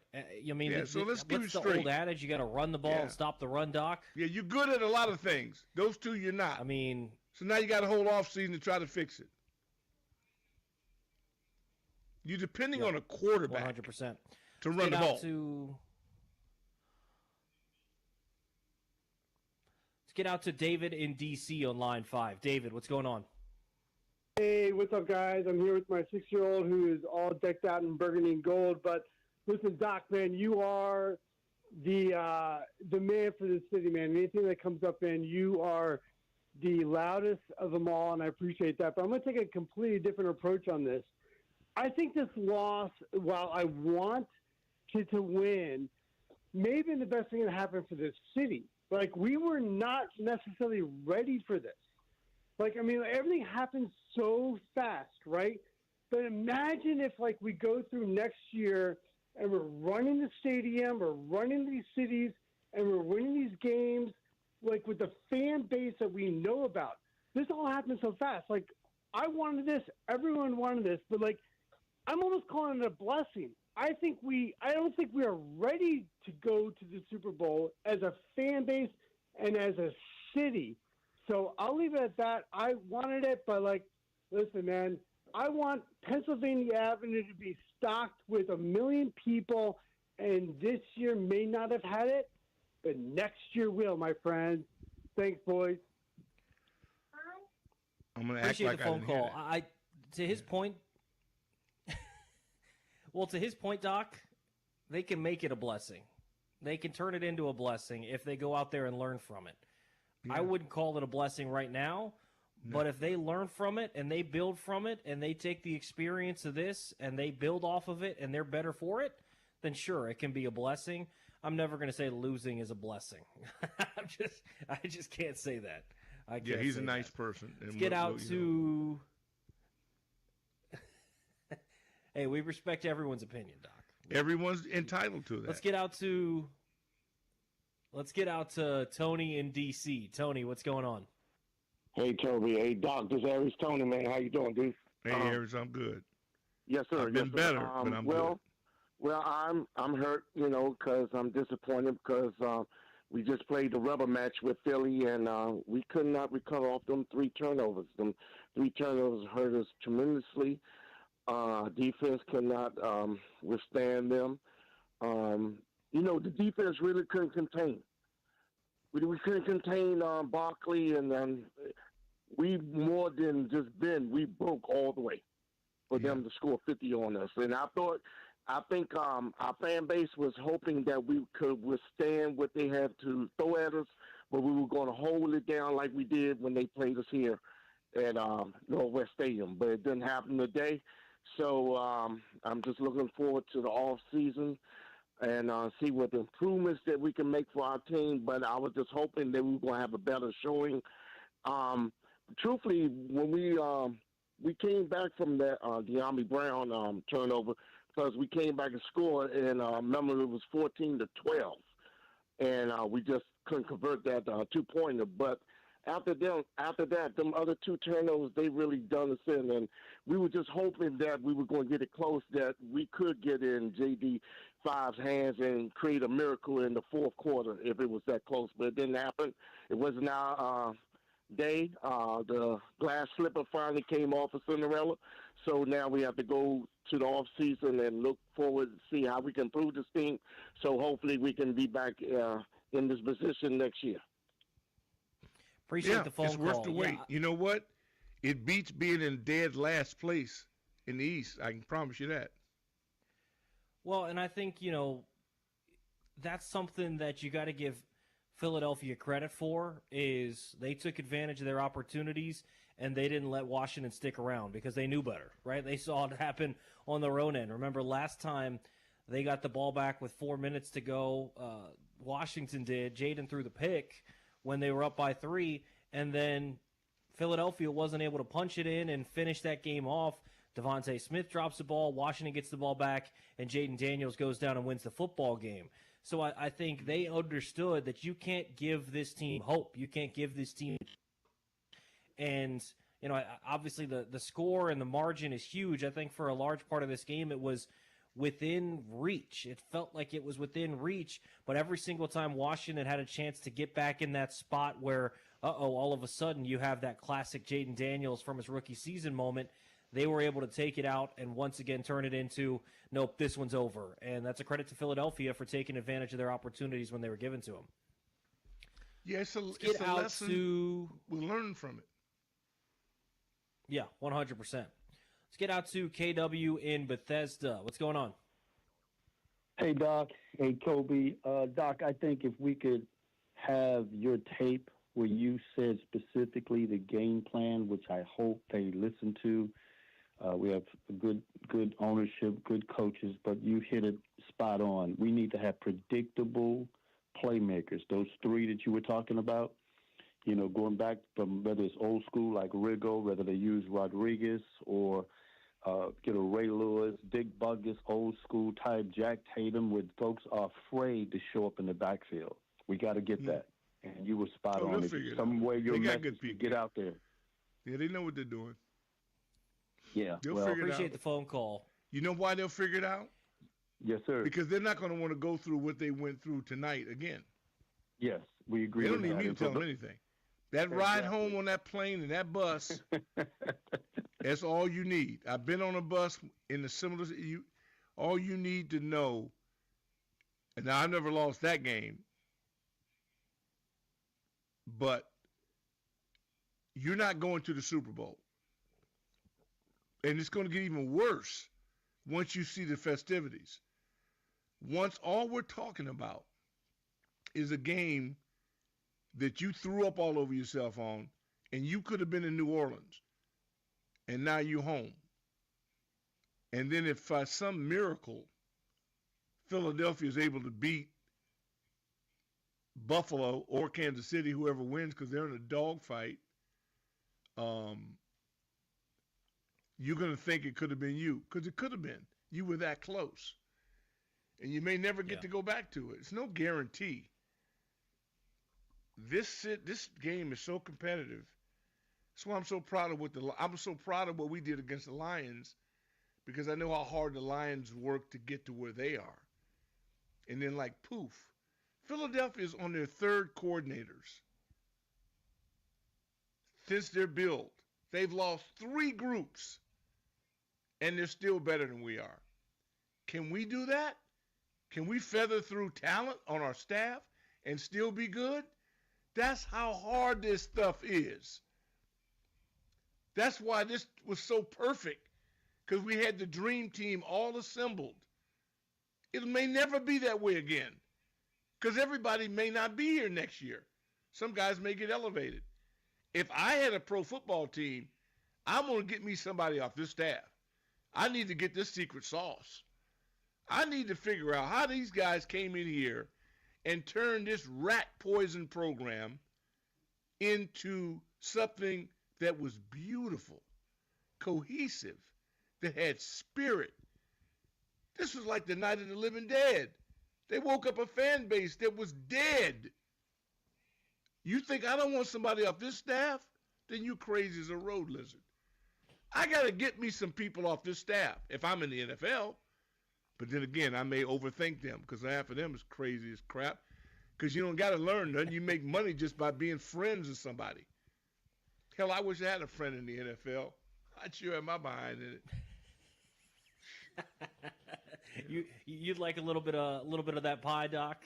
Hell yeah! You get to do something you love to do, and be around. Who wouldn't?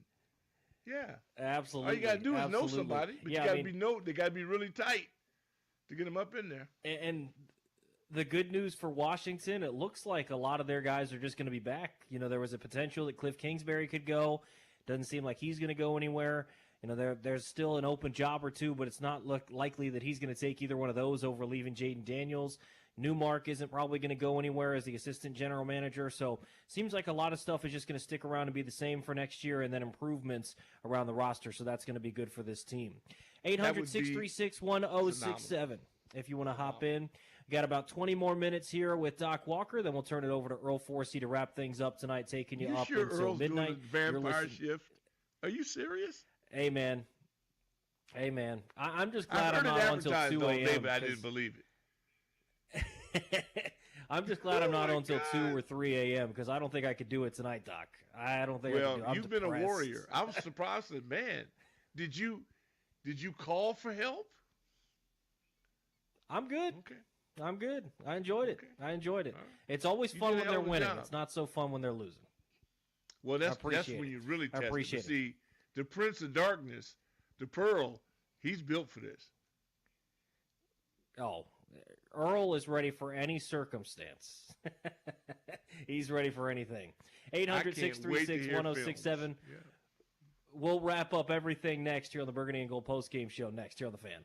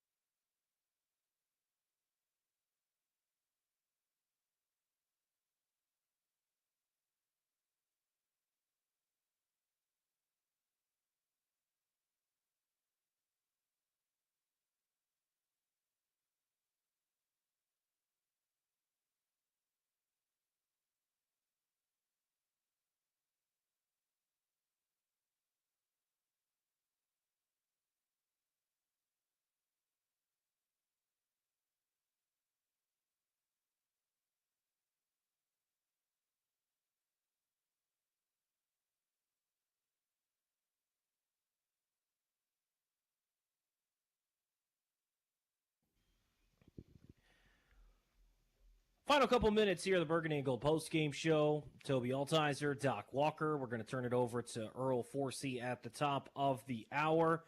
I mean, who could have predicted this, Doc? Obviously, the Eagles win today. AFC Championship, Chiefs and Bills, another classic. Just another classic. It always delivers. Thank goodness we've been able to hold a good audience, because if I wasn't working right now, I'd be glued to the tube, and they always deliver, man. This is rock'em sock'em. And Buffalo, I mean, you're playing a team that's going for a three-peat, and they always go down to the wire. Every single game. Every single game is a one-score game. It's crazy. It's crazy. Speaking of games that were not one-score games, Doc, Washington and Philadelphia today. Let's get a couple more phone calls before we get out of here. 800-636-1067. Let's get out to Paulie in D.C. Paulie, what's going on? To the W. Toby, Doc, guys, man. Yeah, man. Listen, man. As far as this game goes, man, it's not, it was just about the turnovers, bro. We mentally and physically gave this game away, man. It's physically with the 3 turnovers. Mentally, we had they gave up 2 first downs through penalties on defensive stops. You give up a long pass on 4th and 5 where, you let your emotions affect your play. So, I mean, I hope they got to feel that game and feel the other team, because the other team has been building this for 3-4 years now. And like you said, Doc, over the past 25 years. So they play well enough to win. That's all, man. You can't have 3 turnovers and give up first downs on penalties and not be aware of down and distance and give things up like that and expect to beat good teams, man. Like Ric Flair said, man, you want to beat a man, you got to beat the man. And we didn't necessarily show up to beat the man. We showed up, you know what I mean? But we didn't show out. But hey, man, good season. Good point. Like I said, I hope they remember this feeling. Keep that feeling. Let that feeling drive you to the off season. We'll let the front office and stuff do their thing. I guess we'll talk about that in months to come. But as far as this game goes, you just can't go out there and shoot yourself in the foot and think you're going to win a 100-yard dash. Yeah. That ain't going to happen, So, hey, man. Well, we appreciate it, man. We appreciate that. Cool Beans. To the W, man. Yeah, Cool Beans had said it on the thread. The Eagles' defense was blowing up bubble screens. They went after our bread and butter. We've been killing people with that. They took that away. And every good unit takes away something that it's like taking your baby's pacifier away. They're going to be screaming and hollering because they're used to that. It calms them down. That bubble screen game and taking Terry Scary out of that was a good point. 800-636-1067. Let's get out to Donnell in D.C. What's going on? Hey, what's going on, fellas? What's up, baby? I'm full of kind of emotions right now, but on the positive side, I look at where we've been as a team and as a fan base and where we are now. I'm still proud of this team, even though we came off on the losing end. But just to echo the other callers, you cannot turn the ball over, especially when you're driving on the road against a team like that and expect to win a game. It's just not going to happen. And then, definitely up front, it showed that, Philly was the better team, and we got beat in the trenches. I mean, it's just no ifs, ands, buts about it. We got beat in the trenches. And I'm confident that, that Coach Quinn and Adam Peters, they're going to address the needs that we need on this team. I really feel they're going to address it. But I feel that there are going to be some players that's on this team that need to move on. I'm not going to say no names, but there's some guys that need to move on from this team. And some of them might have been some of the holdovers from Ron Rivera, but I can honestly say that the future is bright for this team. I know next year our schedule is going to be brutal. So it's like once March hits, when the new league season hits for free agency, we got to hit the ground running. And like you said, Sure. Doc, we need a dog at running back. We do. Well, the schedule's going to be brutal, and we're going to be brutal. Hey, Donnell, appreciate it. Yeah. Yeah, I mean, it's going to be difficult next year. So are we. They're going to need a running back. They're going to have to improve. But I think, going through this is going to be huge for them. Let's sneak in one more phone call. I'm not sure if Earl's going to take phone calls or not, so you can stay on the line and see if he's going to. Last one for us here tonight, though. Line 4, Earl is taking phone calls, so if you're on the line, you can stay there. Line 4, let's get out to Rock in Oxon Hill. What's going on, man?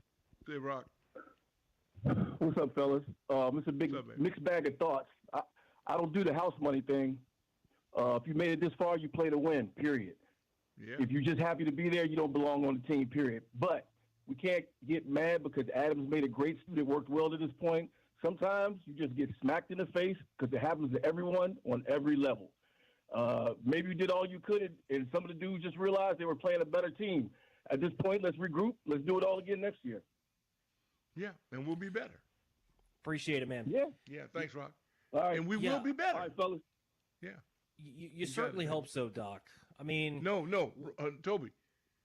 If we not better, we'll be decapitated because not everybody knows that we're a threat. They're going to off-season. They're going to plan. They're going to be afraid.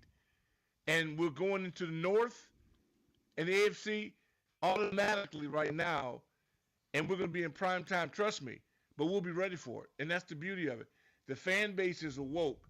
We'll travel. We're going to be like the Mafia. We're going to be like the Cheeseheads. We're going to be back to what we always have been in the past. We're a dominant force, again, off the field.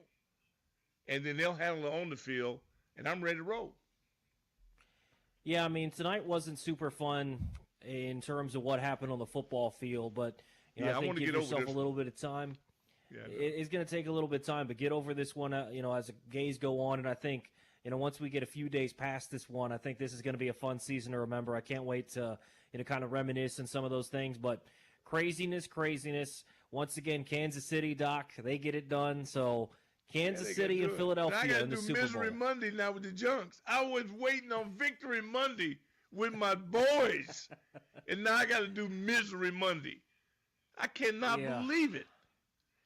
I think CK said it's no Misery Monday. It's still a Victory Monday because of the season. So you take it up with CK. I don't know. That's what he said? Oh, I didn't know. No. Well, see, you're on the executive level, so you get that. I'm not on that level, but it's okay. I'll follow. Well, I'm looking. I'll follow the rules. Let's Thank see. you. That's good to know. He tweeted out 3 hours ago, I can confirm it is not Misery Monday tomorrow. It's a celebration of an incredible season on the fan. So there you go. CK, you can celebrate the great season. All right, good. I'll stay up all night. I'll be ready for it. 8 o'clock, I think 8:30 or whatever it is in the morning, then good. Because I was going, oh, no. Man, I look forward to that, man, because they party hardy with the victories, but the losing thing, But that's cool. It's so tough, Doc. I'll be in a celebratory mood in the morning. That's good. Doc, it's been a pleasure doing these shows after. I can't wait to get off this thing. So I can watch the game. I'm the same way. It's been a pleasure doing these shows with you. Hey, man, it's been a pleasure Tobi, doing these shows. Youngest in charge, man. We'll see you around. It's a thrill for me. That's going to do it for us. Earl Forsey comes up next right here on 106.7. The Pearl.